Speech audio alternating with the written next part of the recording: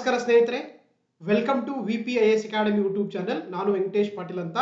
So ಇವತ್ತು ನಾವು ಕೇಂದ್ರ ಬಜೆಟ್ 2026ಕ್ಕೆ ಸಂಬಂಧಪಟ್ಟಂತ ಬಹು ಆಯ್ಕೆಯ ಪ್ರಶ್ನೋತ್ತರಗಳನ್ನ ಇವತ್ತಿನ ಕ್ಲಾಸಲ್ಲಿ ಡೀಟೇಲ್ಡ್ ಆಗಿ ಡಿಸ್ಕಸ್ ಮಾಡ್ತಾ ಹೋಗೋಣ. ಸೊ ಹಾಗಾಗಿ ಯಾರೆಲ್ಲ ನನ್ನ VPIS academy YouTube channel subscribe ಮಾಡಿಲ್ವೋ ಪ್ಲೀಸ್ ಸಬ್ಸ್ಕ್ರೈಬ್ ಮಾಡಿ, ಹಾಗೆ ಬೆಲ್ ಬಟನ್ ಒತ್ತುವ ಮುಖಾಂತರ ನೀವು ಯಾವತ್ತೂ ಕೂಡ ನಮ್ಮ ಒಂದು ಕ್ಲಾಸ್ಗಳಿಗೆ ನೋಟಿಫೈ ಆಗಿ ನೋಡಿ. ಈ ಒಂದು ಕ್ಲಾಸಲ್ಲಿ ನಾನು ಸುಮಾರು ಕೇಂದ್ರ ಬಜೆಟ್ 2026-27ಕ್ಕೆ ಸಂಬಂಧಪಟ್ಟಂತೆ 50+ MCQ ಕ್ವಶನ್ಗಳನ್ನ ಈ ಒಂದು ವಿಡಿಯೋ ಕ್ಲಾಸಲ್ಲಿ ನಾನು ಡಿಸ್ಕಸ್ ಮಾಡ್ತಾ ಹೋಗ್ತೀನಿ. ಹಾಗಾಗಿ ಈ ಒಂದು ವಿಡಿಯೋ ಕ್ಲಾಸು ಯಾರೆಲ್ಲ UPSC ಪ್ರಿಪರೇಷನ್ ಮಾಡೋಂಥವ್ರಿಗೆ, KS, PSI, PDO, FDA ಉಳಿದಂತ ಎಲ್ಲ ಎಕ್ಸಾಮ್ಗಳಿಗೆ ಕೂಡ ಏನಂದ್ರೆ ಈ ಒಂದು ಕ್ಲಾಸು ಬೆನಿಫಿಟ್ ಆಗುತ್ತೆ. Okay, so once again welcome to VPIS academy YouTube channel. Let's start the class. First question ನೋಡ್ತಗೋಣ. ಈ ಕೆಳಗಿನವುಗಳಲ್ಲಿ ಭಾರತೀಯ ಸಂವಿಧಾನದ ಯಾವ ಅನುಚ್ಛೇದವು ಅಥವಾ ಯಾವ ವಿಧಿಯು ಕೇಂದ್ರ ಬಜೆಟ್ಗೆ ಸಂಬಂಧಪಟ್ಟಿದೆ ಅಂತ ಕೇಳ್ತಾರೆ. So which of the following article of the Indian constitution is related to the union budget ಅಂತ ಕೇಳ್ತಿದ್ದಾರೆ. ಇಲ್ಲಿ ನಮಗೆ ಆಪ್ಷನ್ ಬಿ ಇದೆಯಲ್ಲ, ಆರ್ಟಿಕಲ್ 112 ಅಂತಂದ್ರೆ ಇದು ಕೇಂದ್ರ ಬಜೆಟ್ಗೆ ಸಂಬಂಧಪಟ್ಟಂತ ಒಂದು ಭಾರತ ಸಂವಿಧಾನದ ವಿಧಿಯಾಗಿದೆ. ಸೊ ಹಾಗಾಗಿ option B is the right answer ಆಗುತ್ತೆ, ಆರ್ಟಿಕಲ್ 112. ಹಾಗಾದ್ರೆ ಆರ್ಟಿಕಲ್ 110 ಇದೆಯಲ್ಲ, ಇದೇನಂದ್ರೆ ಇದೇನಂತೆ ಆಕ್ಚುಲಿ ಇದು ನಮ್ಗೆ ಹೇಳುವಂಥದ್ದು, ಇದು ಮನಿ ಬಿಲ್ ಅಂತ ಕರೀತಾರೆ. ಇದು ಒಂದು ಹಣಕಾಸು ಮಸೂದೆಗೆ ಸಂಬಂಧಪಟ್ಟಂತ ಭಾರತ ಸಂವಿಧಾನದ ವಿಧಿಯಾಗಿದೆ. ಅದೇ ರೀತಿ ಆರ್ಟಿಕಲ್ 117 ಇದೆಯಲ್ಲ, ಇದೇನಂದ್ರೆ ಇದು ಫೈನಾನ್ಸ್ ಬಿಲ್ ಅಂತ ಕರಿತೀವಿ ನಾವು. ಇದು ಒಂದು ಫೈನಾನ್ಸ್ ಬಿಲ್ಗೆ ಸಂಬಂಧಪಟ್ಟಂತ ಭಾರತ ಸಂವಿಧಾನದ ವಿಧಿ ಅಂತ ಕರೀತಾರೆ. ಇದರಲ್ಲಿ ಎರಡು ಬರುತ್ತೆ, ಪಾರ್ಟ್ 1 ಅಂತ ಬರುತ್ತೆ ಮತ್ತೆ ಪಾರ್ಟ್ 2 ಅಂತ ಬರುತ್ತೆ. ಅದೇ ರೀತಿ ಆರ್ಟಿಕಲ್ 202 ಇದೆಯಲ್ಲ, ಇದೇನಂದ್ರೆ ರಾಜ್ಯ ಬಜೆಟ್ಗೆ ಸಂಬಂಧಪಟ್ಟಂತ, ಇದು ರಾಜ್ಯ ಬಜೆಟ್ಗೆ ಸಂಬಂಧಪಟ್ಟಂತ ಒಂದು ಭಾರತ ಸಂವಿಧಾನದ ವಿಧಿಯಾಗಿದೆ. ಸೊ ಹಾಗಾಗಿ ನಮಗೆ ಕೇಂದ್ರ ಬಜೆಟ್ಗೆ ಸಂಬಂಧಪಟ್ಟಂತ ಒಂದು ಭಾರತ ಸಂವಿಧಾನದ ವಿಧಿ ಅಂತಂದ್ರೆ ಆರ್ಟಿಕಲ್ 112 ಅಂತ ಕರೀತಾರೆ. ಸೊ ಹಾಗಾಗಿ option B is the right answer. ಓಕೆನಾ? ಎಸ್. ನೆಕ್ಸ್ಟ್ ನೋಡ್ತಾ ಹೋಗೋಣ ಮುಂದಿನ ಪ್ರಶ್ನೆ. ಸಂವಿಧಾನದಲ್ಲಿ ಬಜೆಟ್ ಬದಲಿಗೆ ಯಾವ ಪದವನ್ನ ಬಳಸಲಾಗಿದೆ ಅಂತ ಕೊಟ್ಟಿದ್ದಾರೆ. So what is the term used for in the place of the budget in the Indian constitution ಅಂತ ಕೇಳ್ತಿದ್ದಾರೆ. ನೋಡಿ, ನಮ್ಮ ಸಂವಿಧಾನದಲ್ಲಿ ಏನಂದ್ರೆ ಈ ಒಂದು ಬಜೆಟ್ ಅನ್ನುವಂಥ ಪದವನ್ನ ಬಳಕೆ ಮಾಡಿಲ್ಲ. ಅದರ ಬದಲಾಗಿ ಏನ್ ಮಾಡಿದ್ದಾರೆ, ವಾರ್ಷಿಕ ಹಣಕಾಸು ವರದಿ ಅಂತ ಕರೀತೀವಿ ನಾವು. ಇಂಗ್ಲಿಷ್ ನಲ್ಲಿ ಆನ್ಯುವಲ್ ಫಿನಾನ್ಷಿಯಲ್ ಸ್ಟೇಟ್ಮೆಂಟ್ ಅನ್ನುವಂಥ ಪದವನ್ನ ಬಳಕೆ ಮಾಡಿದ್ದಾರೆ. ಸೊ ಹಾಗಾಗಿ ನಮಗೆ option C is the right answer ಆಗುತ್ತೆ. ನೋಡಿ, ಈ ಬಜೆಟ್ ಇದೆಯಲ್ಲ, ಇದು ಫ್ರೆಂಚ್ ಭಾಷೆಯ, ಇದೇನಂದ್ರೆ ಫ್ರೆಂಚ್ ಭಾಷೆಯ ಬೌಗೇಟ್ ಅಂತ ಬಂದಿದೆ. ಬೌಗೇಟ್ ಪದ ಅಂತ ಕರಿತೀವಿ ನಾವು. ಬೌಗೇಟ್ ಅಂದ್ರೆ ಏನಂದ್ರೆ ಲೆದರ್ ಬ್ಯಾಗ್ ಅಂತ ಕರೀತಾರೆ, ಹೌದಲ್ವಾ? ಸಾಮಾನ್ಯವಾಗಿ ಏನ್ ಮಾಡ್ತಾರೆ, ಆಕ್ಚುಲಿ ನಮ್ಮ ಬಜೆಟ್ ಒಂದು ಡಾಕ್ಯುಮೆಂಟ್ ಗಳನ್ನ ಲೆದರ್ ಬ್ಯಾಗ್ ಅಲ್ಲಿ ಒಯ್ತಾರಲ್ವಾ, ಹಾಗಾಗಿ ಅದನ್ನ ಏನ್ ಕರೀತಾರೆ, ಲೆದರ್ ಬ್ಯಾಗ್ ಅಂತ ಕರೀತಾರೆ. ಬೌಗೇಟ್ ಅಂತ ಇದು ಫ್ರೆಂಚ್ ಟರ್ಮ್, ಅದರ ಮೀನಿಂಗ್ ಏನಂದ್ರೆ ಲೆದರ್ ಬ್ಯಾಗ್ ಅಂತ ಕರೀತಾರೆ. ಪ್ರಸ್ತುತವಾಗಿರೋದ್ರೆ ನಾವು ಆಕ್ಚುಲಿ ಈ ಒಂದು ಲೆದರ್ ಬ್ಯಾಗ್ ಬಳಸ್ತಾ ಇಲ್ಲ, ಅದನ್ನ ಅಲ್ಲಿ ಏನ್ ಬಳಸ್ತಾರೆ, ಬಾಯಿ ಖಾತ ಅಂತ ಕರೀತಾರೆ. ಪ್ರಸ್ತುತವಾಗಿರೋದ್ರೆ ನಿರ್ಮಲಾ ಸೀತಾರಾಮನ್ ಅಂದ್ರೆ ಬಾಯಿ ಖಾತವನ್ನ ಬಳಸಿದ್ರು ಅಂತ ಕರಿತೀವಿ, ಗೊತ್ತಿರಬೇಕಾಗುತ್ತೆ. ಸೊ ಹಾಗಾಗಿ ನಮ್ಮ ಸಂವಿಧಾನದಲ್ಲಿ ಎಲ್ಲಿ ಕೂಡ ಬಜೆಟ್ ಅನ್ನೋ ಪದ ಬಳಕೆಯಾಗಿಲ್ಲ, ಅದರ ಬದಲಾಗಿ ವಾರ್ಷಿಕ ಹಣಕಾಸು ವರದಿ ಅಥವಾ ಆನ್ಯುವಲ್ ಫಿನಾನ್ಷಿಯಲ್ ಸ್ಟೇಟ್ಮೆಂಟ್ ಅನ್ನೋ ಪದವನ್ನ ಬಳಕೆ ಮಾಡಿದ್ದಾರೆ. ಸೊ ಹಾಗಾಗಿ option C is the right answer. Okay, yes. Next question ನೋಡ್ತಾ ಹೋಗೋಣ. ಭಾರತದ ಕೇಂದ್ರ ಬಜೆಟ್ ಅನ್ನ ಹಣಕಾಸು ಸಚಿವಾಲಯದ ಯಾವ ಇಲಾಖೆ ಸಿದ್ಧಪಡಿಸುತ್ತದೆ ಅಥವಾ ಸಿದ್ಧಪಡಿಸಿದೆ ಅಂತ ಕೊಟ್ಟಿದ್ದಾರೆ. So the union budget of India prepared by the which department of the finance minister ಅಂತ ಕರೀತಾರೆ. ನೋಡಿ, ನಮಗೆ ಸಾಮಾನ್ಯವಾಗಿ ಬಜೆಟ್ ಮಂಡನೆ ಮಾಡಿದ್ದಾರೆ ಅಂತಂದ್ರೆ ಹಣಕಾಸು ಸಚಿವರಾಗಿರ್ತಾರೆ. ಹಾಗಾಗಿ ಹಣಕಾಸು ಸಚಿವಾಲಯ ಏನ್ ಮಾಡುತ್ತೆ, ಈ ಬಜೆಟ್ ಅನ್ನ ಪ್ರಿಪೇರ್ ಮಾಡುತ್ತೆ. ಹಾಗಾದ್ರೆ ಹಣಕಾಸು ಸಚಿವರು ಬರುವಂತ ಒಂದು ಇಲಾಖೆ ಬರುತ್ತೆ, ಯಾವ್ದಂತ ಕೇಳ್ತಾರೆ. ನೋಡಿ, ಏನದು ಆರ್ಥಿಕ ವ್ಯವಹಾರಗಳ ಇಲಾಖೆ ಇದೆಯಲ್ಲ, ಅಥವಾ ಡಿಪಾರ್ಟ್ಮೆಂಟ್ ಆಫ್ ಎಕನಾಮಿಕ್ ಅಫೇರ್ಸ್ ಇದೆಯಲ್ಲ, ಇದೇನ್ ಮಾಡುತ್ತೆ, ನಮ್ಮ ಒಂದು ಕೇಂದ್ರದ ಬಜೆಟ್ ಅನ್ನ ಪ್ರಿಪೇರ್ ಮಾಡುವಂತ ಒಂದು ಇಲಾಖೆಯಾಗಿದೆ. ಸೊ ಹಾಗಾಗಿ ಆಪ್ಷನ್ ಎ ಆರ್ಥಿಕ ವ್ಯವಹಾರಗಳ ಇಲಾಖೆ ಅಥವಾ department of the economic affairs ಆಗಿದೆ. ಸೊ ಹಾಗಾಗಿ ನಮಗೆ option A is the right answer ಆಗುತ್ತೆ. ಇದೇನಂದ್ರೆ ಇದು ಒಂದು ಫೈನಾನ್ಸ್ ಮಿನಿಸ್ಟ್ರಿಯ ಒಂದು ಇಲಾಖೆಯಾಗಿದೆ. ಇದು ಹಣಕಾಸು ಸಚಿವಾಲಯ ಒಂದು ಇಲಾಖೆ ಕೆಲಸ ಮಾಡ್ತಾ ಹೋಗುತ್ತೆ. ಆರ್ಥಿಕ ವ್ಯವಹಾರಗಳ ಇಲಾಖೆ ಅಥವಾ department of the economic affairs ಅಂತ ಕರೀತಾರೆ. ಇದು ನಮ್ಮ ಒಂದು ಕೇಂದ್ರ ಬಜೆಟ್ ಅನ್ನ ಪ್ರಿಪೇರ್ ಮಾಡುವಂತ ಒಂದು ಇಲಾಖೆಯಾಗಿದೆ. ಸೊ ಹಾಗಾಗಿ option A is the right answer. ನೋಡಿ, ಇಲ್ಲಿ ಕಾಣಿಸ್ತಾ ಇಲ್ವಾ, the department of economic affairs ಏನ್ ಮಾಡುತ್ತೆ, ಟು ಪ್ರಿಪೇರ್ ದ ಬಜೆಟ್ ಆಗಿದೆ. It is under the ministry of finance ಅಲ್ಲಿ ಕೆಲಸ ಮಾಡ್ತಾ ಹೋಗುತ್ತೆ. ಓಕೆನಾ?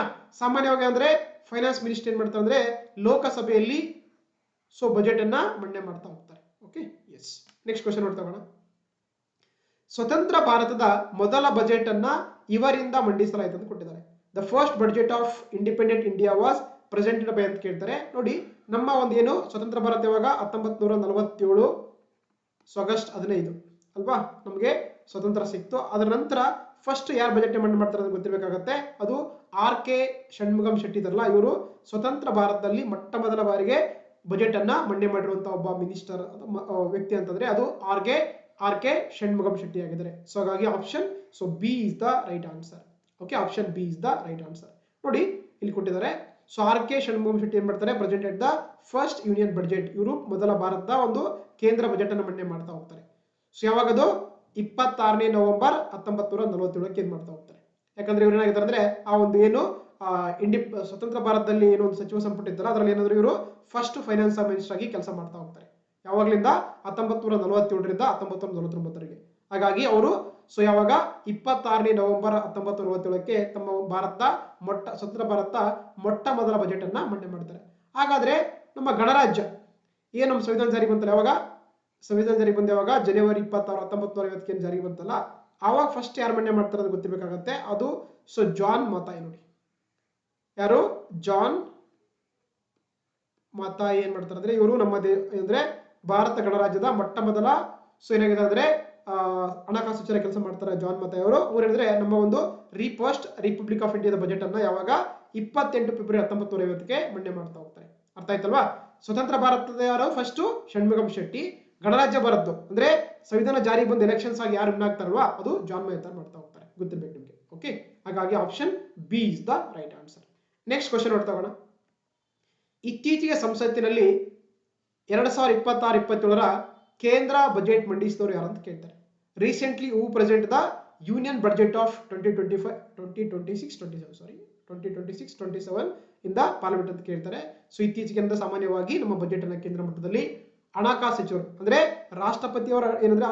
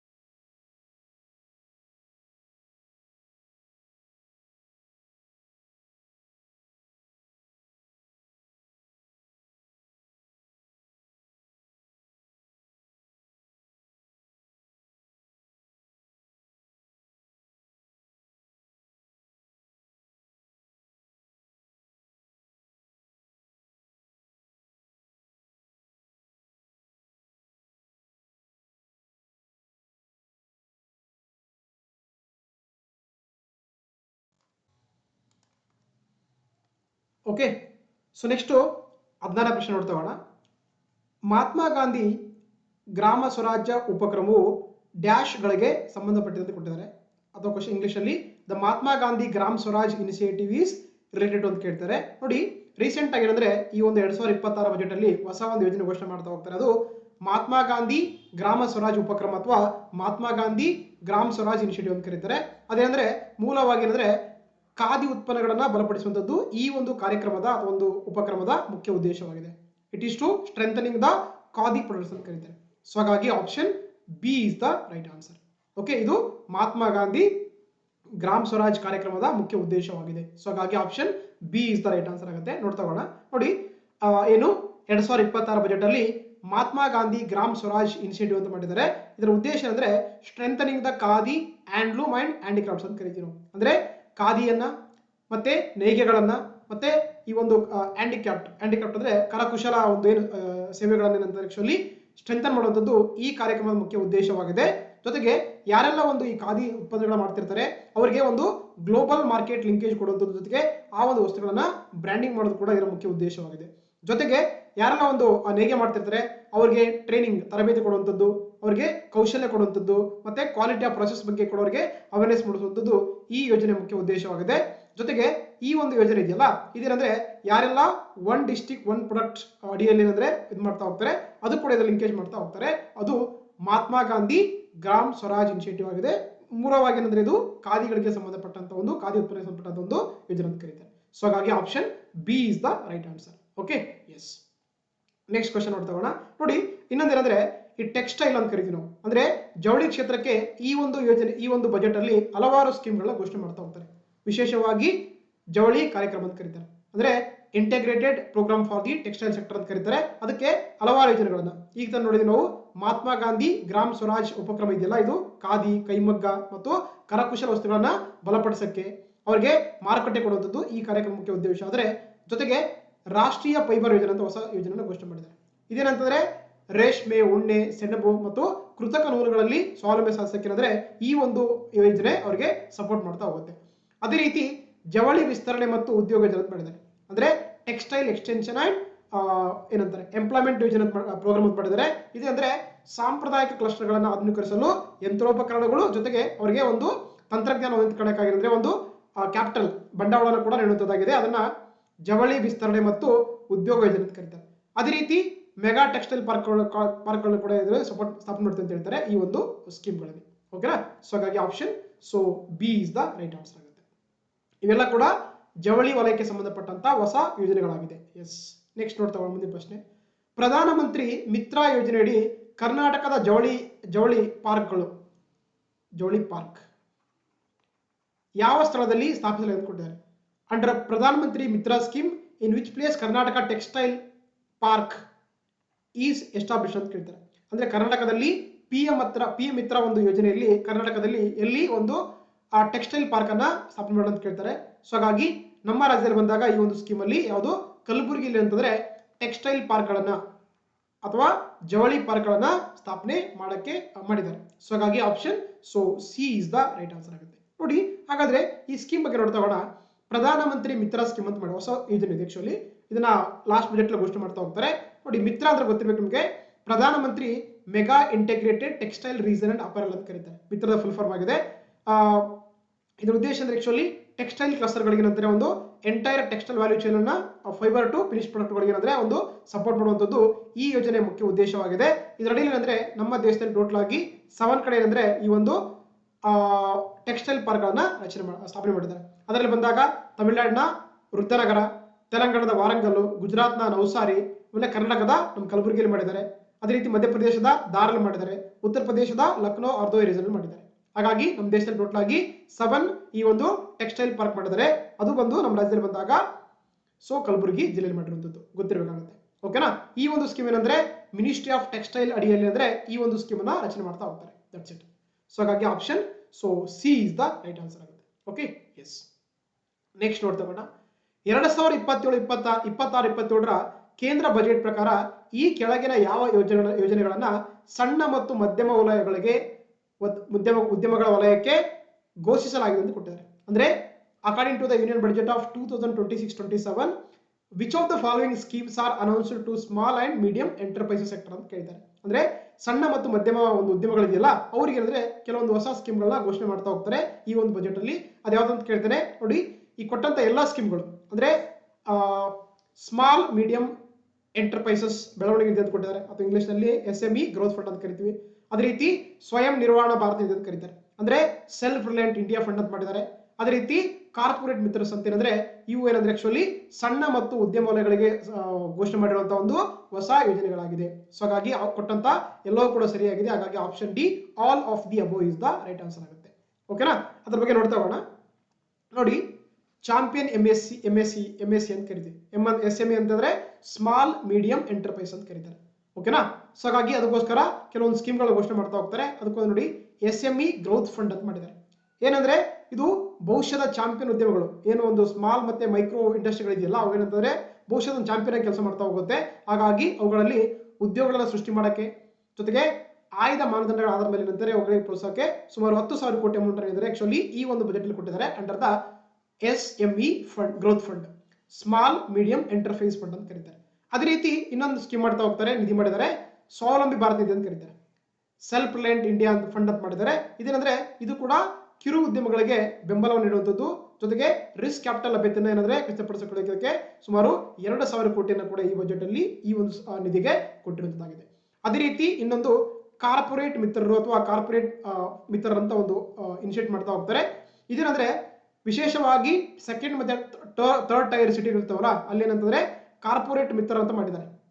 ಇದ್ರ ಮುಖಾಂತರ ಏನ್ ಮಾಡ್ತಾರೆ ಆಕ್ಚುಲಿ ನೋಡಿ, ICA ಅಂದ್ರೆ institute of Indian chartered accountant institute, ಈ ತರದ ಇನ್ಸ್ಟಿಟ್ಯೂಟ್ ಮುಖಾಂತರ ಏನ್ ಮಾಡ್ತಾರೆ ಆಕ್ಚುಲಿ ಅವರಿಗೆ ವೃತ್ತಿಪರ ಸಂಸ್ಥೆಗಳ ಮುಖಾಂತರ ಅವರಿಗೆ ಒಂದು ಟ್ರೈನ್ ಮಾಡೋದ್ರ ಮುಖಾಂತರ ಒಂದು ಅವೇರ್ನೆಸ್ ಕೊಡುವಂಥದ್ದು ಈ ಒಂದು ಕಾರ್ಪೊರೇಟ್ ಮಿತ್ರರ ಕೆಲಸ ಆಗಿರುತ್ತೆ. ಸೊ ಓಕೆನಾ? ಹಾಗಾಗಿ ಇವೆಲ್ಲ ಕೂಡ ಸ್ಮಾಲ್ ಮೀಡಿಯಂ ಎಂಟರ್ಪ್ರೈಸ್ ಅಂದ್ಬಿಟ್ಟಂತ ಕೆಲವೊಂದು ಯೋಜನೆಗಳಾಗಿದೆ, ಗೊತ್ತಿರಬೇಕಾಗುತ್ತೆ. ಸೊ ಹಾಗಾಗಿ option D is the right answer. Okay, yes. Next ನೋಡ್ತಾ ಹೋಗೋಣ. ಇಲ್ಲಿದೆ ನೋಡಿ, ವಿಶೇಷವಾಗಿ MSME ಅಲ್ಲಿ ಗೊತ್ತಲ್ವಾ, ಮೈಕ್ರೋ ಸ್ಮಾಲ್ ಮೀಡಿಯಂ ಎಂಟರ್ಪ್ರೈಸ್ ಅಂತ ಕರೀತಾರೆ. ಅದನ್ನ ನಾವು ಚಾಂಪಿಯನ್ಸ್ ಅಂತ ಕರಿತೀವಿ ಆಕ್ಚುಲಿ. ಯಾಕಂದ್ರೆ ಅವುಗಳು ಏನಂದ್ರೆ ನಮ್ಮ ಭಾರತಕ್ಕೆ ಏನಂದ್ರೆ ಸಾಕಷ್ಟು ಒಂದು ಉದ್ಯೋಗ ಸೃಷ್ಟಿ ಮಾಡುವಂತ ಒಂದು ವಲಯಗಳಂತ ಕರೀತಾರೆ. ಅದಕ್ಕೆ ಇಕ್ವಿಟಿ ಸಪೋರ್ಟ್ ಮಾಡ್ತಾ ಇದ್ದಾರೆ, ಪ್ರೊಫೆಷನಲ್ ಸಪೋರ್ಟ್ ಮಾಡ್ತಾ ಇದ್ದಾರೆ, ಅದೇ ರೀತಿ ಲಿಕ್ವಿಡಿಟಿ ಸಪೋರ್ಟ್ ಥ್ರೂ ಟ್ರೆಂಡ್ಸ್ ಮುಖಾಂತರ ಮಾಡ್ತಾ ಹೋಗ್ತಾರೆ ಅಂತ ಹೇಳ್ತೀವಿ. ಇವೆಲ್ಲ ಕೂಡ some 3 pronged approach to the help the MSME ಅಂತ ಕರೀತಾರೆ. ಓಕೆನಾ? ಎಸ್. ನೆಕ್ಸ್ಟ್ ನೋಡ್ತಾ ಹೋಗೋಣ ಮುಂದಿನ ಪ್ರಶ್ನೆ. ಹೂಡಿಕೆ ಮತ್ತು ವಹಿವಾಟಿನ ದೃಷ್ಟಿಯಿಂದ MSME micro small medium enterprises ಗಳಿಗೆ ಪರಿಷ್ಕೃತ ವರ್ಗೀಕರಣ ಮಾನದಂಡಗಳು ಯಾವುವು ಅಂತ ಕೇಳ್ತಾರೆ. What is the revised classification criteria for the MSME in terms of the investment ಅಂತ ಕರೀತಾರೆ. ನೋಡಿ, ನಮ್ಮ ದೇಶದಲ್ಲಿ ಏನು ಈ ಮೈಕ್ರೋ ಸ್ಮಾಲ್ ಮೀಡಿಯಂ ಎಂಟರ್ಪ್ರೈಸ್ ಇದೆಯಲ್ಲ ಇದಕ್ಕೇನಂದ್ರೆ ಒಂದು ಚೌಕಟ್ಟು ಹಾಕಿದ್ದಾರೆ, ಫ್ರೇಮ್ವರ್ಕ್ ಹಾಕಿದ್ದಾರೆ. ಅಂದ್ರೆ ಯಾವುದಕ್ಕೆ ನಾವು ಮೈಕ್ರೋ ಅಂತ ಕರಿತೀವಿ, ಅಲ್ಲಿ ಯಾವ ರೀತಿ ಅಂದ್ರೆ ಇನ್ವೆಸ್ಟ್ಮೆಂಟ್ ಎಷ್ಟಿರಬೇಕು, ಆಮೇಲೆ ಟರ್ನ್ ಓವರ್ ಎಷ್ಟಿರಬೇಕು ಬಗ್ಗೆ ಒಂದೇನಂದ್ರೆ ರೀಸೆಂಟ್ ಆಗಿ ಅದನ್ನ ರಿವೈಸ್ ಮಾಡಿದ್ದಾರೆ. ಸೊ ಹಾಗಾದ್ರೆ ಅದು ಯಾವ್ದಂತ ಕೇಳ್ತಿದ್ದಾರೆ ನೋಡಿ. ಸೊ ಇಲ್ಲಿ ಅಂದ್ರೆ ಸೊ ಹೂಡಿಕೆ ಮಿತಿಯನ್ನ 2.5 ಪಟ್ಟು ಮತ್ತು ವಹಿವಾಟು 2 ಪಟ್ಟು ಹೆಚ್ಚು ಮಾಡಿದರೆ ರೀಸೆಂಟ್ ಆಗಿ ಅದನ್ನ ರಿವೈಸ್ ಮಾಡಿರುತ್ತಾಗಿದೆ. ಸೊ ಹಾಗಾಗಿ option B is the right answer ಆಗುತ್ತೆ. Investment limit to be enhanced to 2.5 times and turnover to 2 times ಅಂತ ಕೊಟ್ಟಿದ್ದೀವಿ. ಹಾಗಾಗಿ option B is the right answer ಆಗುತ್ತೆ. ನೋಡ್ತಾ ಹೋಗೋದ್ರ ಬಗ್ಗೆ ಇಲ್ಲೊಂದು ಚಾರ್ಟ್ ಇದೆ ನೋಡಿ, ಹೌದಾ? ಸೊ ಹಾಗಾಗಿ ನಾನು ಆಗಲೇ ಹೇಳಿದಂಗೆ MSME ಅಂದ್ರೆ micro enterprises, small enterprises and medium enterprises ಬರುತ್ತೆ. ಹಾಗಾಗಿ ನೋಡಿ, ಯಾವುದೇ ಒಂದು ಎಂಟರ್ಪ್ರೈಸ್ ನೀವು ಮೈಕ್ರೋನ್ ಬೇಕಾದ್ರೆ ಆಗಿರ್ಬೇಕಂತದ್ದು ಸೊ 2.5 ಕೋಟಿ ಇನ್ವೆಸ್ಟ್ ಆಗಿರ್ಬೇಕು, ಇನ್ವೆಸ್ಟ್ಮೆಂಟ್ ಹೂಡಿಕೆ ಆಗಿರ್ಬೇಕು, ಟರ್ನ್ ಎಷ್ಟು ಇರಬೇಕು 10 ಕೋಟಿ ಇರಬೇಕು ಅಂತ ಹೇಳ್ತಾರೆ. ಸೊ ಮೊದಲು ಎಷ್ಟಿತ್ತು, ಒಂದಿತ್ತು ಏನು ಮಾಡಿದ್ರೆ ಅದನ್ನು 2.5 ಮಾಡಿದ್ದಾರೆ. ಮೊದಲು ಟರ್ನ್ ಎಷ್ಟಿತ್ತು 5 ಇತ್ತು, ಈಗ 10 ಮಾಡಿದ್ದಾರೆ. ಅದೇ ರೀತಿ ನೆಕ್ಸ್ಟ್ ಬಂದು ಸ್ಮಾಲ್ ಎಂಟರ್ಪ್ರೈಸಸ್ ಅಂದ್ರೆ ಸಣ್ಣ ಉದ್ಯಮಗಳು ಅಂತ ಕರೀತಾರೆ. ಇದಕ್ಕೆ ಎಷ್ಟು ಇರಬೇಕು ಇನ್ವೆಸ್ಟ್ಮೆಂಟ್ 25 crore ಇರಬೇಕು, ಟರ್ನ್ ಎಷ್ಟು ಬೇಕು 100 crore ಇರಬೇಕಾಗುತ್ತೆ. ಅದೇ ರೀತಿ ಮೀಡಿಯಂ ಎಂಟರ್ಪ್ರೈಸ್ ಬಂದಾಗ ರಿವೈಸ್ ಅಂದ್ರೆ ಇನ್ವೆಸ್ಟ್ಮೆಂಟ್ ಬಂದು 125 ಕೋಟಿ ಇರಬೇಕು, ಟರ್ನ್ ಎಷ್ಟು ಇರಬೇಕು 500 ಕೋಟಿ ಇರಬೇಕು. ಸೊ ಇದೇನಂದ್ರೆ ರೀಸೆಂಟ್ ಆಗಿ ಅದು ಚೇಂಜ್ ಮಾಡಿರುವಂತಹ ಒಂದು ರಿವೈಸ್ ಆಗಿರುವಂತಹ ಕ್ಲಾಸಿಫಿಕೇಶನ್ ಆಗಿದೆ. ಓಕೆನಾ? ಸೊ ಹಾಗಾಗಿ option B is the right answer ಆಗುತ್ತೆ ರಿಗಾರ್ಡಿಂಗ್ ದ MSME ಸೆಕ್ಟರ್ಗೋಸ್ಕರ ಅಂತ. That's it. ನೆಕ್ಸ್ಟ್ ನೋಡ್ತಾ ಹೋಗೋಣ. 2026-27ರ ಕೇಂದ್ರ ಬಜೆಟ್ ಪ್ರಕಾರ ಮೂಲ ಸೌಕರ್ಯ ಅಪಾಯ ಖಾತರಿ ನಿಧಿಯು ಡ್ಯಾಶ್ಗೆ ಸಂಬಂಧಪಟ್ಟಂತೆ ಕೊಟ್ಟಿದ್ದಾರೆ. According to the union budget of 2026-27 the infrastructure risk guarantee fund is related to ಅಂತ ಕೇಳ್ತಾರೆ. ನೋಡಿ, ರೀಸೆಂಟ್ ಏನಂದ್ರೆ ಒಂದು ಫಂಡ್ ಅನ್ನ ಕ್ರಿಯೇಟ್ ಮಾಡ್ತಾ ಹೋಗ್ತಾರೆ. ಅದನ್ನ ಏನಂತ ಕರಿತೀವಿ ನಾವು, ಇನ್ಫ್ರಾಸ್ಟ್ರಕ್ಚರ್ ರಿಸ್ಕ್ ಗ್ಯಾರಂಟಿ ಫಂಡ್ ಅಂತ ಕರೀತಾರೆ. ಇದು ಯಾರಿಗೆ ಅಂತಂದ್ರೆ ಇದೇನಂದ್ರೆ ವಿಶೇಷವಾಗಿ ಖಾಸಗಿ ಗುತ್ತಿಗೆದಾರ ಅಂತ ಕರಿತೀವಿ ನಾವು, ಅಥವಾ ಪ್ರೈವೇಟ್ ಕಾಂಟ್ರಾಕ್ಟ್ಸ್ ಏನಂದ್ರೆ ಒಂದು ಸೇಫ್ ಮಾಡಕ್ಕೆ ಏನ್ ಮಾಡಿದ್ದಾರೆ, ಒಂದು ಫಂಡ್ ಅನ್ನು ಕ್ರಿಯೇಟ್ ಮಾಡ್ತಾ ಹೋಗ್ತಾರೆ. ಅದನ್ನ ಸೊ ನಾವು ಇನ್ಫ್ರಾಸ್ಟ್ರಕ್ಚರ್ ರಿಸ್ಕ್ ಗ್ಯಾರಂಟಿ ಫಂಡ್ ಅಂತ ಕರೀತಾರೆ. ಇದು ವಿಶೇಷವಾಗಿ ಖಾಸಗಿ ಅಭಿಯಂತರಿಗೆ ಸಂಬಂಧಪಟ್ಟಂತ ಒಂದು ಸ್ಕೀಮ್ ಆಗಿದೆ. ಸೊ ಹಾಗಾಗಿ option B is the right answer ಆಗುತ್ತೆ. ನೋಡ್ತಾ ಹೋಗೋಣ. ನೋಡಿ, ಏನು ಒಂದು ಫಂಡ್ ಮಾಡಿದಾರಲ್ವಾ ಅದನ್ನ ಕರಿತೀವಿ ನಾವು ಮೂಲ ಸೌಕರ್ಯ ಅಪಾಯ ಖಾತೆ ನಿಧಿ ಅಂತ ಕರೀತಾರೆ, ಅಥವಾ ಇಂಗ್ಲಿಷ್ ನಲ್ಲಿ ಇನ್ಫ್ರಾಸ್ಟ್ರಕ್ಚರ್ ರಿಸ್ಕ್ ಗ್ಯಾರಂಟಿ ಫಂಡ್ ಅಂತ ಕರೀತಾರೆ. ನೋಡಿ, ಎಕ್ಸಾಂಪಲ್ ಅಂದ್ರೆ ಈಗ ಫಾರ್ ಎಕ್ಸಾಂಪಲ್ ಅಂದ್ರೆ ಏನ್ ಮಾಡ್ತಾರೆ, ಒಬ್ಬರು ಯಾರೋ ಕಾಂಟ್ರಾಕ್ಟರ್ ಮಾಡ್ತಾರೆ, ಪ್ರೈವೇಟ್ ಕಾಂಟ್ರಾಕ್ಟರ್ ಒಂದು ಪ್ರದೇಶದಲ್ಲಿ ರೋಡ್ ಕಟ್ತಿರ್ತಾನೆ. ಅದಕ್ಕೆ ಆತನಿಗೆ ಏನಾಗಿರುತ್ತೆ, ಆಕ್ಚುಲಿ ಸರ್ಕಾರದಿಂದ ಆತನಿಗೆ ಬಿಟ್ಟು ಸಿಕ್ಕಿರುತ್ತೆ, ಏನ್ ಮಾಡ್ತಿರ್ತಾನೆ, ರೋಡ್ ಕಟ್ತಿರ್ತಾನೆ. ಸೊ ಅವಾಗ ಏನಾಗುತ್ತೆ, ಆತನಿಗೆಲ್ಲ ಸೆಂಟ್ರಲಿ ಫೈನಾನ್ಸ್ ಲಾಸ್ ಆಗುತ್ತೆ, ಅದೇನೋ ಒಂದು ಇಶ್ಯೂಸ್ ಆಗುತ್ತೆ. ಅವಾಗ ಏನ್ ಮಾಡುತ್ತೆ, ಸರ್ಕಾರ ಅವರಿಗೆ ಒಂದು ಫಂಡಿಂಗ್ ಮಾಡೋದು ಕೆಲಸ ಮಾಡ್ತಾ ಹೋಗುತ್ತೆ. ಅದಕ್ಕೆ ಅದನ್ನ ಏನ್ ಕರೀತಾರೆ, ಮೂಲ ಸೌಕರ್ಯ ಅಭಿವೃದ್ಧಿ ಮತ್ತು ನಿರ್ಮಾಣದಲ್ಲಿ ಎದುರಾಗುವಂತಹ ಅಪಾಯಗಳ ಬಗ್ಗೆ ಖಾಸಗಿ ಅಭಿವರ್ಧಕರಲ್ಲಿ ವಿಶ್ವಾಸವನ್ನು ಹೆಚ್ಚಿಸಲಿಕ್ಕೆ ಅಂದ್ರೆ ಈ ನಿಧಿಯನ್ನು ಸ್ಥಾಪನೆ ಮಾಡಿದ್ದಾರೆ. ಅದನ್ನ ನಾವು ಇನ್ಫ್ರಾಸ್ಟ್ರಕ್ಚರ್ ರಿಸ್ಕ್ ಗ್ಯಾರಂಟಿ ಫಂಡ್ ಅಥವಾ ಮೂಲ ಸೌಕರ್ಯ ಅಪಾಯ ಖಾತೆ ನಿಧಿ ಅಂತ ಕರೀತಾರೆ. ಓಕೆನಾ. ಸೊ ಹಾಗಾಗಿ option so B is the right answer ಆಗುತ್ತೆ. ಇದು ವಿಶೇಷವಾಗಿ ಖಾಸಗಿ ಸಂಪಟ್ಟಂತ ಒಂದು ಇದಾಗಿರುತ್ತದೆ. Option B is the right answer. Next ನೋಡ್ತಾ ಹೋಗೋಣ ಮುಂದಿನ ಪ್ರಶ್ನೆ, 21ನೇ ಪ್ರಶ್ನೆ.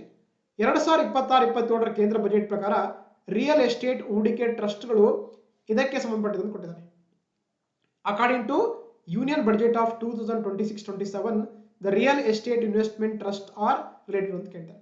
ನೋಡಿ, ಒಂದು ರೀಸೆಂಟ್ ಆಗಿದ್ರೆ ಒಂದು ಟ್ರಸ್ಟ್ ಕ್ರಿಯೇಟ್ ಮಾಡ್ತಾ ಹೋಗ್ತಾರೆ ಬಜೆಟ್ ಅಲ್ಲಿ. ಅದೇನಕ್ಕಂತಂದ್ರೆ ಆಕ್ಚುಲಿ ವಿಶೇಷವಾಗಿ ಈ ಕೇಂದ್ರ ಸರ್ಕಾರದ ವಲಯ ಸಂಸ್ಥೆಗಳಿಗೆ ಅಥವಾ ಉದ್ಯಮಗಳ ಸಂಸ್ಥೆಗಳಿಗೆ ಅಂದ್ರೆ ಆಕ್ಚುಲಿ ಈ ಒಂದು ಟ್ರಸ್ಟ್ ಗಳನ್ನ ಕ್ರಿಯೇಟ್ ಮಾಡ್ತಾ ಹೋಗ್ತಾರೆ. So the creation for the central public sector undertakings ಅಂತ ಕರೀತಾರೆ. ಸೊ ಹಾಗಾಗಿ option A is the right answer ಆಗುತ್ತೆ. ನೋಡ್ತಾ ನೋಡಿ,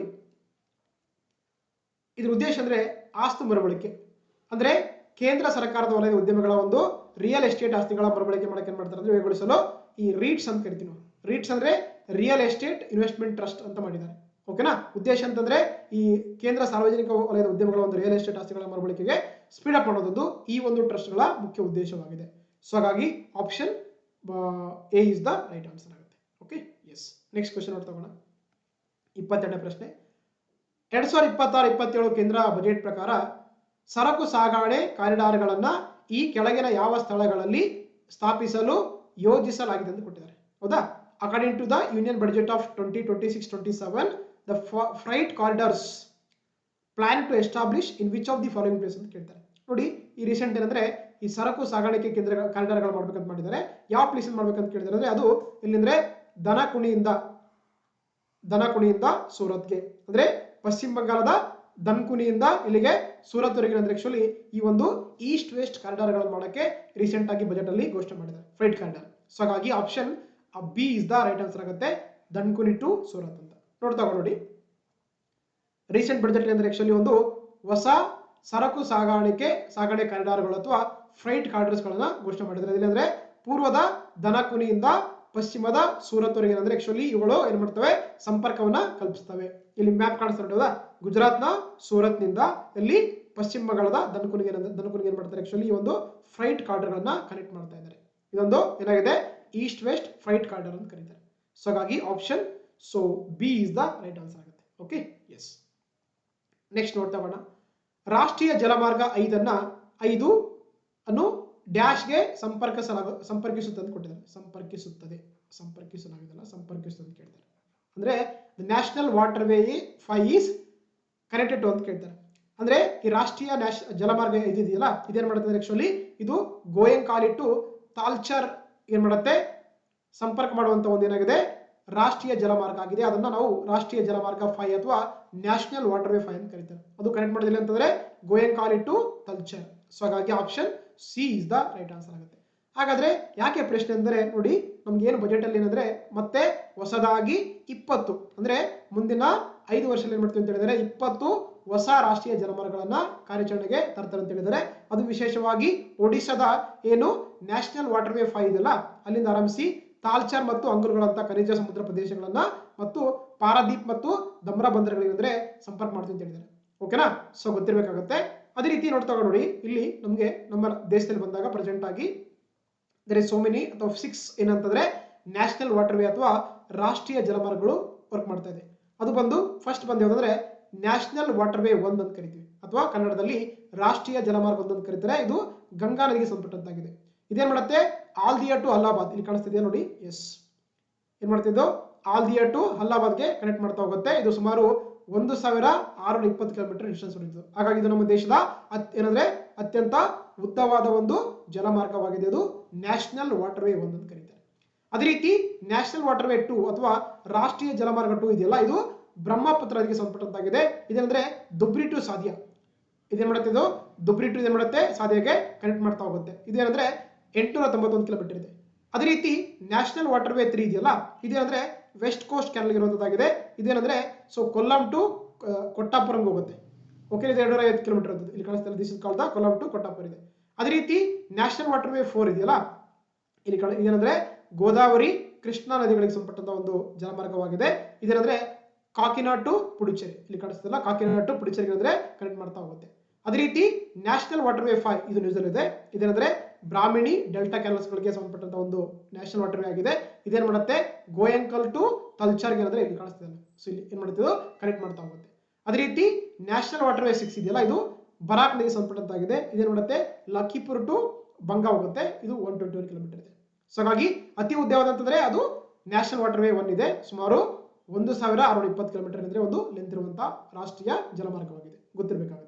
ಓಕೆ, ಹಾಗಾಗಿ ಏನಂದ್ರೆ ನ್ಯಾಷನಲ್ ವಾಟರ್ ವೇ 5 ಇದೆಯಲ್ಲ, ಇದೇನ್ ಮಾಡುತ್ತೆ ಎಲ್ಲಿಂದ ಗೋಯಂಕಲ್ ಟು ತಾಲ್ಚಾರ್ಗೆ ಅಂದ್ರೆ ಆಕ್ಚುಲಿ ಕನೆಕ್ಟಿವಿಟಿ ಕೊಡ್ತಾ ಹೋಗುತ್ತೆ. ಮತ್ತೇನ್ ಮಾಡಿದ್ದಾರೆ ಆಕ್ಚುಲಿ 20 ವರ್ಷದಾಗಿ ನ್ಯಾಷನಲ್ ವಾಟರ್ ವೇ ಮಾಡ್ತೀನಿ ಅಂತ ಹೇಳಿದ್ದಾರೆ. ಸೊ ಹಾಗಾಗಿ option C is the right answer ಆಗುತ್ತೆ. ಎಸ್, ನೆಕ್ಸ್ಟ್ ನೋಡ್ತಾ ಹೋಗೋಣ. ಕರಾವಳಿ ಸರಕು ಸಾಗಣೆ ಉತ್ತೇಜನ ಯೋಜನೆಯು ಡ್ಯಾಶ್ ಗಳಿಗೆ ಸಂಬಂಧಿಸಿದಂತೆ ಕೊಟ್ಟಿದ್ದಾರೆ. The coastal cargo promotion scheme is related ಅಂತ ಕೇಳ್ತಾರೆ. ನೋಡಿ, ಹೆಸರಲ್ಲೇ ಇದೆ ಕರಾವಳಿ ಅಂತ ತಕ್ಷಣ ಆಗುತ್ತೆ ನಮಗೆ. ಇದು ಕರಾವಳಿ ಅಂತಂದ್ರೆ ಇದು ಜಲಮಾರ್ಗಕ್ಕೆ ಸಂಬಂಧಪಟ್ಟಂತೆ ಏನಾಗಿದೆ, ಒಂದು ಸರಕು ಸಾಗಣೆ ಉತ್ತೇಜನ ಯೋಜನೆ ಅಥವಾ ಕೋಸ್ಟಲ್ ಕಾರ್ಗೋ ಪ್ರಮೋಷನ್ ಸ್ಕೀಮ್ ಅಂತ ಕರೀತಾರೆ. ಇದು ಸಂಬಂಧಪಟ್ಟದ್ದು ವಾಟರ್ ವೇ ಅಥವಾ ಜಲಮಾರ್ಗಗಳಿಗೆ. ಸೊ ಹಾಗಾಗಿ option D is the right answer ಆಗುತ್ತೆ. ನೋಡ್ತಾ ನೋಡಿ, ಸೊ ಕರಾವಳಿ ಸರಕು ಸಾಗಣೆ ಉತ್ತೇಜನ ಯೋಜನೆ ಇದೆಯಲ್ಲ, ಅಥವಾ ಇಂಗ್ಲಿಷ್ ನಾವು ಕೋಸ್ಟಲ್ ಕಾರ್ಗೋ ಪ್ರಮೋಷನ್ ಸ್ಕೀಮ್ ಅಂತ ಕರೀತಾರೆ. ಇದೇನಂದ್ರೆ ಇದರ ಉದ್ದೇಶ ಅಂದ್ರೆ ನಮ್ಮ ದೇಶದಲ್ಲಿ ರೈಲ್ವೆ ಮತ್ತೆ ರಸ್ತೆ ಒಂದು ಏನು ಸಾರಿಗೆ ಇದೆಯಲ್ಲ, ಅದರಿಂದ ಏನಂದ್ರೆ ಆದಷ್ಟು ಈ ಜಲಮಾರ್ಗಗಳಿಗೆ, ಯಾಕಂದ್ರೆ ಜಲಮಾರ್ಗ ಏನಂತಂದ್ರೆ ಇದೊಂದು ಪರಿಸರ ಪ್ರಿಯ ಆಗಿರುತ್ತೆ. ಇದರಿಂದ ಯಾವುದೇ ರೀತಿಯ ನಮಗೆ ಜಾಸ್ತಿ ಏನಾಗುತ್ತೆ ಅಂದ್ರೆ ಯಾವುದೇ ರೀತಿಯ ಪರಿಸರಕ್ಕೆ ಹಾನಿ ಆಗಲ್ಲ. ಈಗ ನಮಗೆ ರೈಲ್ವೆ ತಗೊಳ್ಳಿ, ರೋಡ್ ತಗೊಳ್ಳಿ, ಇದರಿಂದ ಸಾಕಷ್ಟು ಒಂದು ಏನಂದ್ರೆ ಪೊಲ್ಯೂಷನ್ ಕ್ರಿಯೇಟ್ ಆಗ್ತದೆ. ಹಾಗಾಗಿ ಜಲಮಾರ್ಗಗಳಂತಂದ್ರೆ ಅಂದ್ರೆ ಈಕೋ ಫ್ರೆಂಡ್ಲಿ ಟ್ರಾನ್ಸ್ಪೋರ್ಟ್ ಅಂತ ಕರಿತೀವಿ ನಾವು, ಸಿಸ್ಟಮ್ ಅಂತ ಕರೀತಾರೆ. ಸೊ ಹಾಗಾಗಿ ರೈಲ್ವೆ ಮತ್ತೆ ರಸ್ತೆಗಳಿಂದ ಏನಂತಂದ್ರೆ ಜಲಮಾರ್ಗ ಬದಲಾಯಿಕೆ ಏನ್ ಮಾಡ್ತಾರೆ ಅಂದ್ರೆ ಸ್ಕೀಮ್ ಮಾಡ್ತಾ ಹೋಗ್ತಾರೆ. ಸೊ ಜೊತೆಗೆ ನೋಡಿ 2047 ಒಳನಾಡು ಜಲಮಾರ್ಗ ಮತ್ತು ಕರಾವಳಿ ಹಡಗು ಸಾಗಣೆ ಪಾಲನೆ ಏನ್ ಮಾಡ್ತೀವಿ ಅಂತ ಹೇಳಿದ್ರೆ ಅಂದ್ರೆ 6 to 12% ಹೆಚ್ಚಿತು ಅಂತ ಹೇಳಿದ್ದಾರೆ. ಯಾವ್ದ್ರಲ್ಲಿ ಅಂಡರ್ ಕರಾವಳಿ ಸರಕು ಸಾಗಣೆ ಉತ್ತೇಜನ ಅಂತ ಕರೀತಾರೆ. ಓಕೆನಾ. ಸೊ ಜೊತೆಗೆ ನೋಡಿ, ಈ ಹಡಗುಗಳಿಗೆ ಏನಂತಂದ್ರೆ ತರಬೇತಿ ಮತ್ತು ದುರಸ್ತಿ ಕೂಡ ಕೆಲವೊಂದು ಟ್ರೈನಿಂಗ್ ಸೆಂಟರ್ ಮಾಡ್ತೀವಿ ಅಂತ ಹೇಳಿದ್ದಾರೆ. ಎಲ್ಲೆಲ್ಲಿ ರೀಜನಲ್ ಸೆಂಟರ್ ಆಫ್ ಎಕ್ಸಲೆನ್ಸ್ ಅಂತ ಕರೀತಾರೆ. ಅದೆಲ್ಲಿ ಅಂತಂದ್ರೆ ವಾರಣಾಸಿ ಮತ್ತು ಪಾಟ್ನಾದಲ್ಲಿ ಅಂತಂದ್ರೆ, ಸೊ ಒಳನಾಡಿನಲ್ಲಿ ಇರುವಂತಹ ಹಡಗುಗಳನ್ನ ದುರಸ್ತಿ ಮಾಡಕ್ಕೆ ಕೇಂದ್ರ ತರ್ತೀವಿ ಅಂತ ಹೇಳಿದ್ರೆ ಅದು ವಾರಣಾಸಿ ಮತ್ತೆ ಪಾಟ್ನಾದಲ್ಲಿ, ಗೊತ್ತಿರಬೇಕಾಗುತ್ತೆ. ಓಕೆ, ಸೊ ಹಾಗಾಗಿ option D is the right answer ಆಗುತ್ತೆ. ನೆಕ್ಸ್ಟ್ ಕ್ವೆಶ್ಚನ್ ನೋಡ್ತಾ ಹೋಗೋಣ. 2026-27 ಕೇಂದ್ರ ಬಜೆಟ್ ಪ್ರಕಾರ ಈ ಕೆಳಗಿನವುಗಳಲ್ಲಿ ಯಾವುದು ಬೆಳವಣಿಗೆ ಮತ್ತು ಅಭಿವೃದ್ಧಿಯ ಆಧಾರ ಸ್ತಂಭಗಳನ್ನು ಕೊಟ್ಟಿದ್ದಾರೆ? According to the union budget of 2026-27, which of the following are not a pillars of the growth and development of the Indian economy ಅಂತ ಕೇಳ್ತಾರೆ. ಹೌದಾ. ನೋಡಿ, ಏನಂದ್ರೆ ಆಕ್ಚುಲಿ ಕೆಲವೊಂದು ಪಿಲ್ಲರ್ಸ್ ಕೊಟ್ಟಿದ್ದಾರೆ ಬಜೆಟ್ ಅಲ್ಲಿ, ಅದ್ರಲ್ಲಿ ಯಾವ್ದಲ್ಲ ಅಂತ ಕೇಳ್ತಾರೆ. ನೋಡಿ, ಆಕ್ಚುಲಿ ಇದರಲ್ಲಿ ಸೊ ಆರ್ಥಿಕ ಬೆಳವಣಿಗೆನ ಸುಸ್ಥಿರಗೊಳಿಸುವಂಥದ್ದು ಅಂದ್ರೆ ಸಸ್ಟೈನಿಂಗ್ ಎಕನಾಮಿಕ್ ಗ್ರೌತ್, ಇದು ಕೂಡ ಒಂದು ಪಿಲ್ಲರ್ ಆಗಿದೆ. ಹೌದು. ಅದೇ ರೀತಿ ಇಲ್ಲಿ ನೋಡಿ ಪಿಲ್ಲರ್ಸ್ ತೋರಿಸ್ತಾ ಹೋಗ್ತೀನಿ ನಿಮಗೆ. ಸೊ ಟೋಟಲ್ ಏನಂದ್ರೆ ಆಕ್ಚುಲಿ ನಮಗೆ ಈ ಬಜೆಟ್ ಅಲ್ಲಿ 6 ಪಿಲ್ಲರ್ಸ್ ಅನ್ನ ಮೆನ್ಷನ್ ಮಾಡ್ತಾ ಹೋಗ್ತಾರೆ, ಆಧಾರ ಸ್ತಂಭಗಳು. ಫಸ್ಟ್ ಯಾವುದು ಸಸ್ಟೈನೇಬಲ್ ಎಕನಾಮಿಕ್ ಗ್ರೋತ್ ಅಂತ ಕರೀತಾರೆ, ಅಂದ್ರೆ ಕನ್ನಡದಲ್ಲಿ ಸುಸ್ಥಿರ ಆರ್ಥಿಕ ಅಭಿವೃದ್ಧಿ ಅಂತ ಕರಿತೀವಿ.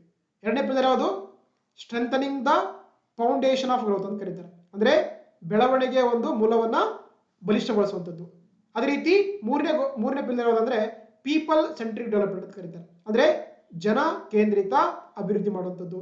ನಾಲ್ಕನೇ ಪಿಲ್ಲರ್ ಅಂದ್ರೆ ಟ್ರಸ್ಟ್ ಬೇಸ್ಡ್ ಗವರ್ನೆನ್ಸ್ ಅಂತ ಕರಿತೀವಿ, ಅಂದ್ರೆ ವಿಶ್ವಾಸ ಭರಿತವಾಗಿರುವಂತಹ ಆಡಳಿತವನ್ನ ಕೊಡುವಂಥದ್ದು. ಅದೇ ರೀತಿ ಐದನೇ ಪಿಲ್ಲರ್ ಬಂದಾಗ is of doing business and is of living ಅಂತ ಕರೀತಾರೆ, ಅಂದ್ರೆ ಸರಳ ಜೀವನ ಅಂತ ಕರೀತಾರೆ. ಆರನೇ ಪಿಲ್ಲರ್ ಬಂದಾಗ ಫಿಸ್ಕಲ್ ಮ್ಯಾಟರ್ಸ್, ಅಂದ್ರೆ ಹಣಕಾಸಿನ ವಿಚಾರಗಳು. ಇವೇನಂದ್ರೆ ಈ ಟೋಟಲ್ 6 ಪಿಲ್ಲರ್ ಮುಖಾಂತರ ಹೇಳಿದ್ರೆ ಆಕ್ಚುಲಿ ನಮ್ಮ ಒಂದು ಗ್ರೋತ್ ಡೆವಲಪ್ಮೆಂಟ್ ಮಾಡ್ತೀವಿ ಅಂತ ಹೇಳ್ತಾರೆ ಎಕನಾಮಿಯನ್ನು. ಹಾಗಾಗಿ ಇದರಲ್ಲಿ ಯಾವ್ದಲ್ಲ ಅಂತಂದ್ರೆ ನೋಡಿ, ಏನು ವಿದೇಶಿ ನೇರ ಹೂಡಿಕೆಯನ್ನ ಅವಲಂಬಿಸುವಂಥದ್ದು ಇದೆಯಲ್ಲ, ಅಥವಾ depending on the foreign direct investment ಇದೆಯಲ್ಲ, ಇದು ಯಾವುದೇ ರೀತಿಯ ಒಂದು ಪಿಲ್ಲರ್ ಅಲ್ಲ ಅಂತ. ಸೊ ಹಾಗಾಗಿ option D is the wrong statement to right answer ಆಗುತ್ತೆ. Okay, option D is the right answer ಆಗುತ್ತೆ. ಓಕೆ, ನೆಕ್ಸ್ಟ್ ನೋಡ್ತಾ ಹೋಗೋಣ. 26ನೇ ಪ್ರಶ್ನೆ. 2026-27ರ ಕೇಂದ್ರ ಬಜೆಟ್ ಪ್ರಕಾರ ಹೊಸ ಹೈ ಸ್ಪೀಡ್ ರೈಲು ಕಾರಿಡಾರ್ ಸರಕು ಸಾಗಣೆ ಕಾರಿಡಾರ್ಗಳ ಸ್ಥಾಪನೆಗೆ ಈ ಕೆಳಗಿನ ಯಾವ ಸ್ಥಳಗಳನ್ನ ಆಯ್ಕೆ ಮಾಡಲಾಗಿಲ್ಲ ಅಂತ ಕೇಳಿದ್ರೆ ವೆರಿ ಇಂಪಾರ್ಟೆಂಟ್. ಏನಿದೆ ಪ್ರಶ್ನೆ. According to the union budget of 2026-27 which of the following places are not selected for the establishment of the new high speed rail corridor freight corridors ಅಂತ ಕೇಳಿದ್ದಾರೆ. ಓಕೆನಾ. ಸೊ ಹಾಗಾಗಿ ನೋಡಿ ಏನಂದ್ರೆ ಇಲ್ಲಿ ಏನು, ಸೊ ತಿರುವನಂತಪುರಂ ಪಣಜಿ ಇದೆಯಲ್ಲ, ಇದರಂದ್ರೆ ಸೊ ಅದರಲ್ಲಿ ಘೋಷಣೆ ಮಾಡಲ್ಲ, ಇದ್ರ ಯಾವುದಕ್ಕೆ ಸಂಬಂಧಪಟ್ಟಿಲ್ಲ. ಇಲ್ಲಿ ಯಾವುದೇ ರೀತಿಯ ಒಂದು ಹೊಸ ಹೈ ಸ್ಪೀಡ್ ರೈಲ್ವೆ ಕಾರಿಡಾರ್ ಅನ್ನ ಈ ಒಂದು ಪ್ಲೇಸ್ ಅಲ್ಲಿ ಘೋಷಣೆ ಮಾಡಿಲ್ಲ. ಸೊ ಹಾಗಾಗಿ option C is the right answer ಆಗುತ್ತೆ, ತಿರುವನಂತಪುರಂ ಟು ಪಣಜಿ ಅಂತ. ನೋಡಿ ಈ ಬಜೆಟ್ ಅಲ್ಲಿ 2026-27 ಬಜೆಟ್ ಅಂತ ಏನ್ ಮಾಡಿದ್ರೆ ಅಂದ್ರೆ 7 ಕಡೆ ಏನಂತಂದ್ರೆ ಒಂದು ಹೈ ಸ್ಪೀಡ್ ರೈಲ್ವೆ ಒಂದು ಕಾರಿಡಾರ್ ಮಾಡ್ತೀನಿ ಅಂತ ಹೇಳಿದ್ದಾರೆ. ಹೌದಾ. ಎಲ್ಲೆಲ್ಲಿ? Mumbai to Pune, Mumbai to Pune, Pune to Hyderabad, Hyderabad to Bengaluru, Hyderabad to Chennai, Chennai to Bengaluru, Delhi to Varanasi, Varanasi to Siliguri ಅಂತ ಕರೀತಾರೆ. ಒಂದ್ಸಲ ಮ್ಯಾಪ್ ನೋಡಿ ಗೊತ್ತಾಗುತ್ತೆ ನಿಮಗೆ. ಎಸ್, ಇಲ್ಲಿ ನೋಡಿ. ಹೌದಾ. ಏನಿದೆ ನೋಡಿ, ಡೆಲ್ಲಿ ಟು ವಾರಣಾಸಿ, ವಾರಣಾಸಿ ಟು ಸಿಲಿಗುರಿ, ಆಮೇಲೆ Mumbai to Pune, Pune to Hyderabad, Hyderabad to Bengaluru, Hyderabad to Chennai, Chennai to Bengaluru ಅಂತ. ಸೊ ಹಾಗಾಗಿ ಟೋಟಲ್ ಆಗಿ 7 ಏನಂತಂದ್ರೆ ಹೈ ಸ್ಪೀಡ್ ರೈಲ್ ಕಾರಿಡಾರ್ಗಳನ್ನ ಈ ಬಜೆಟ್ ಘೋಷಣೆ ಮಾಡ್ತಾ ಹೋಗ್ತಾರೆ. ಅದರಲ್ಲಿ ಬಂದಾಗ ನಮ್ಮ ರಾಜ್ಯ ಕೂಡ ಎರಡು ಕಡೆ ಸಿಗುತ್ತೆ. ಹೌದಾ. ಯಾವ್ದು? ಸೊ ಹೈದರಾಬಾದ್ ಟು ಬೆಂಗಳೂರು ಮತ್ತೆ ಇನ್ನೊಂದು ಚೆನ್ನೈ ಟು ಬೆಂಗಳೂರು ಅಂತ. ಸೊ ಹಾಗಾಗಿ ನಮಗೆ so option so Thiruvananthapuram Panaji ಇದೆಯಲ್ಲ, ಇಲ್ಲಿ ಯಾವುದೇ ರೀತಿಯ ಒಂದು ಹೈ ಸ್ಪೀಡ್ ರೈಲ್ಗೆ ಯಾವುದೇ ರೀತಿಯ ಒಂದು ಕಾರಿಡಾರ್ಗಳನ್ನ ಇಲ್ಲಿ ಘೋಷಣೆ ಮಾಡಿಲ್ಲ. ಸೊ ಹಾಗಾಗಿ ಆಪ್ಷನ್ ಸಿ ಇದೆಯಲ್ಲ, ಇದು ತಪ್ಪಾದ ಒಂದು ಹೇಳಿಕೆ ಆಗಿದೆ. ಹಾಗಾಗಿ option C is the right answer ಆಗುತ್ತೆ. ಎಸ್, ಆಲ್ರೆಡಿ ಹೇಳಿದ್ದೀನಿ. ಓಕೆ, ನೆಕ್ಸ್ಟ್ ನೋಡ್ತಾ ಹೋಗೋಣ. 27ನೇ ಪ್ರಶ್ನೆ. 2026-27ರ ಕೇಂದ್ರ ಬಜೆಟ್ ಪ್ರಕಾರ ವಿಕಸಿತ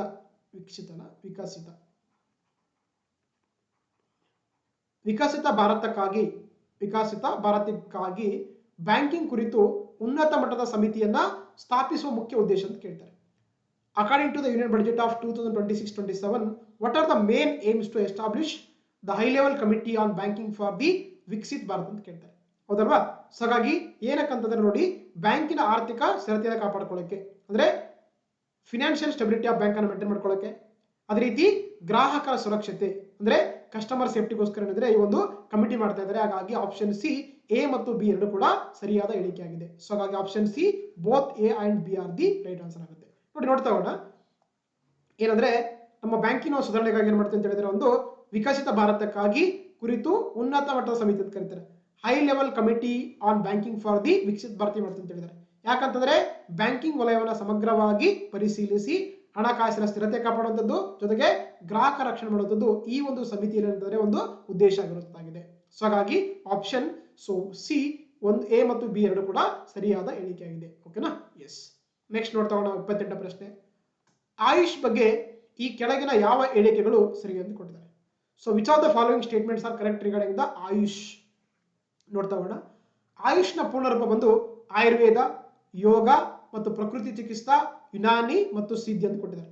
ಅಂದ್ರೆ the full form of AYUSH is Ayurveda, yoga and naturopathy, Unani, Siddhi ಅಂತ ಕೊಟ್ಟಿದ್ದಾರೆ. ಸೊ ಹಾಗಾಗಿ ಫಸ್ಟ್ ಹೇಳಿಕೆ ಸರಿಯಾಗಿದೆ. ಎರಡನೇ ನೋಡ್ತಾ ಹೋಗೋಣ. ಪ್ರಸ್ತುತ ಆಯುಷ್ ಮಿನಿಸ್ಟರ್ ಅಂತ ಕೊಟ್ಟಿದ್ದಾರೆ ಅಂದ್ರೆ ನೋಡಿ ಶ್ರೀ ಯಾರಂತಂದ್ರೆ ಶ್ರೀ ಪ್ರತಾಪ್ ರಾವ್ ಜಾಧವ್ ಅಂತ ಕೊಟ್ಟರು. ಹೌದಾ. ಪ್ರಸ್ತುತ ಆಯುಷ್ ಸಚಿವರ ಮಿನಿಸ್ಟರ್ ಅಂತಂದ್ರೆ ಶ್ರೀ ಪ್ರತಾಪ್ ರಾವ್ ಜಾಧವ್ ಅಂತ ಕೊಟ್ಟಿದ್ದಾರೆ. ಸೊ ಹಾಗಾಗಿ ಇದು ಕೂಡ ಬಿ ಕೂಡ ಸರಿಯಾಗುತ್ತೆ. ಅದೇ ರೀತಿ ಸಾಂಪ್ರದಾಯಿಕ ಔಷಧಿ ಕುರಿತು 2ನೇ ವಿಶ್ವ ಆರೋಗ್ಯ ಸಂಸ್ಥೆಯ ಜಾಗತಿಕ ಶೃಂಗಸಭೆ ಭಾರತದಲ್ಲಿ ನಡೆಯುತ್ತೆ ಅಂತ ಕೊಟ್ಟಿದ್ದಾರೆ. ಅಂದ್ರೆ the second world health organisation global summit on traditional medicine is held in the India ಅಂತ ಕೊಟ್ಟಿದ್ದಾರೆ. ಹಾಗಾಗಿ 3 ಹೇಳಿ ಕೂಡ ಸರಿಯಾಗಿದೆ. ಹಾಗಾಗಿ ಆಪ್ಷನ್ ಡಿ ಮೇಲೆಲ್ಲ ಕೂಡ ಸರಿಯಾಗಿದೆ. ಓಕೆನಾ. ಸೊ ಆಯುಷ್ ಸಂಬಂಧಪಟ್ಟಂತೆ ಎಲ್ಲ ಹೇಳಿಕೆ ಸರಿಯಾಗಿದೆ. ಹಾಗಾಗಿ option D is the right answer. ನೋಡಿ ಬಜೆಟ್ ಅಲ್ಲಿ ಆಯುಷ್ ಬಗ್ಗೆ ಮೆನ್ಷನ್ ಮಾಡ್ತಾ ಹೋಗ್ತಾರೆ. ಏನಂತ ಹೇಳಿದಾರೆ ಅಂದ್ರೆ ನಮ್ಮ ದೇಶದಲ್ಲಿ ಸೊ 3 ಏನ್ ಮಾಡ್ತಾರೆ ಅಂತ ಹೇಳಿದ್ರೆ ಅಂದ್ರೆ all India institute of the Ayurved ಅನ್ನ ಸ್ಥಾಪನೆ ಮಾಡ್ತಾರೆ ಅಂತ ಹೇಳ್ತಾರೆ. ಜೊತೆಗೆ ಅಪ್ಗ್ರೇಡ್ ಮಾಡ್ತಾರೆ ಅಂತ ಹೇಳಿದ್ರೆ ಆಯುಷ್ ಫಾರ್ಮಸಿಗಳನ್ನ, ಡ್ರಗ್ ಟೆಸ್ಟಿಂಗ್ ಲ್ಯಾಬ್ಗಳನ್ನ ಏನ್ ಮಾಡ್ತಾರೆ ಅಂತ ಹೇಳಿದ್ರೆ ಉನ್ನತೀಕರಣ ಮಾಡ್ತಾರೆ ಅಂತ ಹೇಳಿದ್ದಾರೆ. ಜೊತೆಗೆ upgrading the WHO world health organisation ಮುಖಾಂತರ ಏನ್ ಮಾಡ್ತಾರೆ ಅಂತ ಹೇಳಿದ್ರೆ ಗ್ಲೋಬಲ್ ಟ್ರೆಡಿಷನಲ್ ಮೆಡಿಸಿನ್ ಸೆಂಟರ್ ಮಾಡ್ತಾರೆ ಅಂತ ಹೇಳಿದ್ದಾರೆ. ಓಕೆನಾ. ಸೊ ಹಾಗಾಗಿ ಮತ್ತೇನು ಹೇಳಿದಾರೆ ಅಂದ್ರೆ establishing the 5 hub for medical value tourism ಮಾಡ್ತಾರೆ ಅಂತ ಹೇಳಿದ್ದಾರೆ. ಸೊ ಇವೆಲ್ಲ ಕೂಡ ಮೆಡಿಕಲ್ಗೆ ಸಂಬಂಧಪಟ್ಟಂತ ಒಂದು ಹೆಲ್ತ್ ಸಂಬಂಧಪಟ್ಟಂತ ಒಂದು ಸ್ಕೀಮ್ಗಳಾಗಿದೆ. ಸೊ ಹಾಗಾಗಿ option so D is the right answer ಆಗುತ್ತೆ. Okay, yes. ನೆಕ್ಸ್ಟ್ ನೋಡ್ತಾ ಹೋಗೋಣ. 29ನೇ ಪ್ರಶ್ನೆ.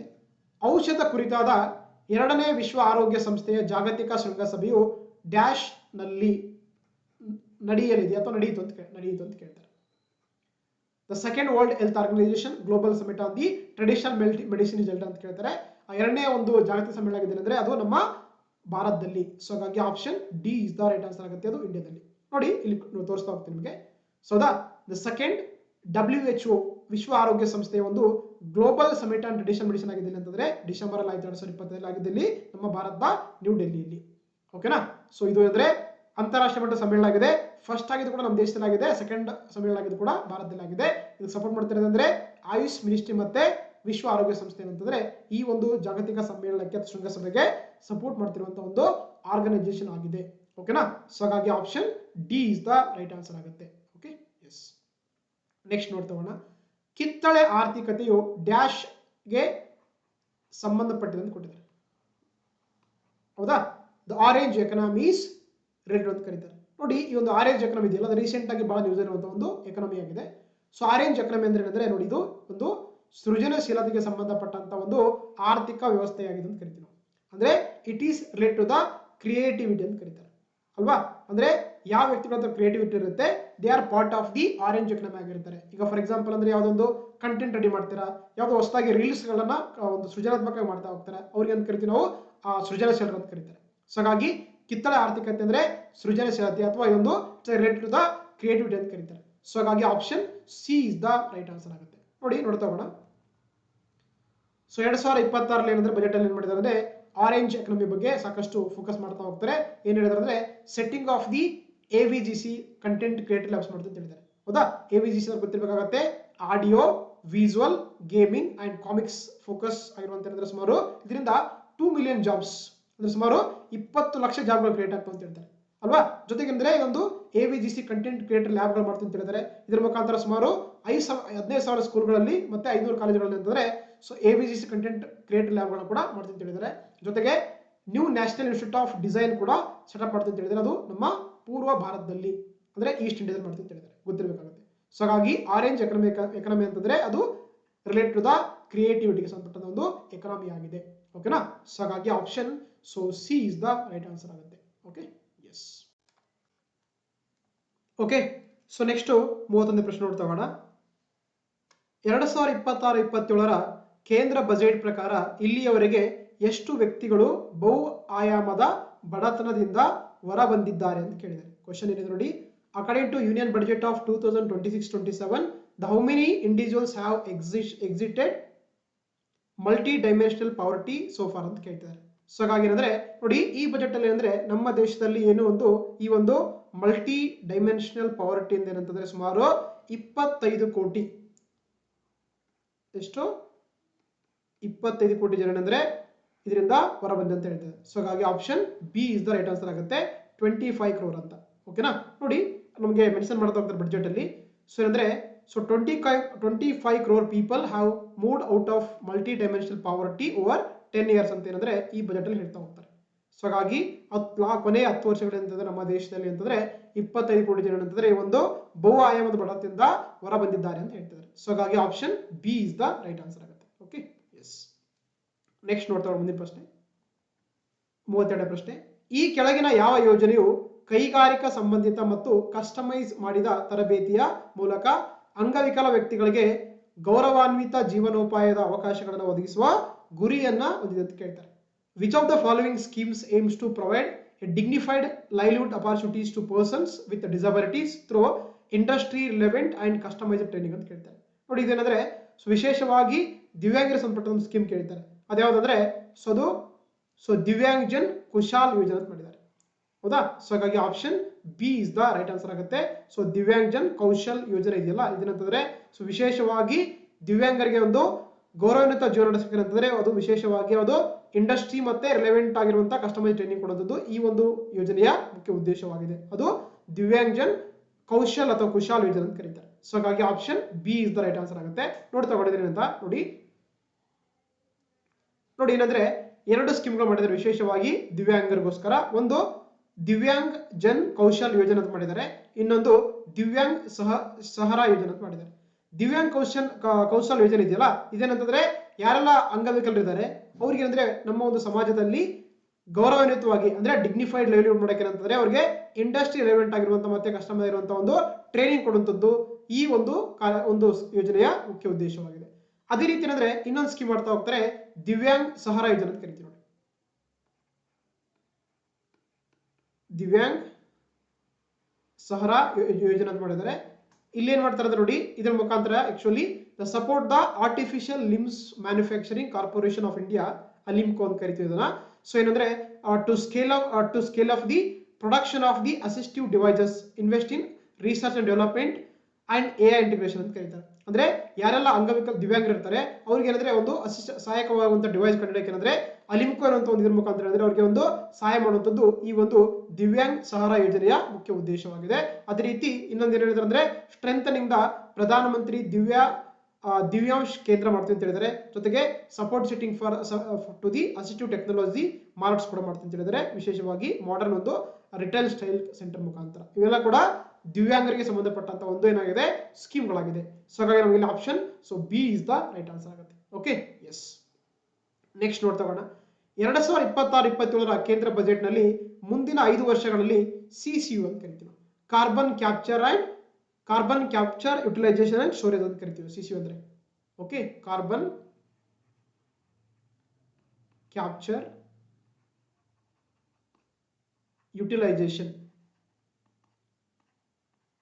ಯುಟಿಲೈಸೇಷನ್ ಅಂಡ್ ಸ್ಟೋರೇಜ್ ಅಂತ CCU ನ ಫುಲ್ ಫಾರ್ಮ್ ಆಗಿದೆ. ಹೌದಾ, 2026-27ರ ಕೇಂದ್ರ ಬಜೆಟ್ ನಲ್ಲಿ ಮುಂದಿನ 5 ವರ್ಷಗಳಲ್ಲಿ CCUS ಅಭಿವೃದ್ಧಿಗೆ ಘೋಷಿಸಲಾದ ಒಟ್ಟು ಹಣಕಾಸು ವೆಚ್ಚ ಎಷ್ಟು ಅಂತ ಕೇಳ್ತಾರೆ.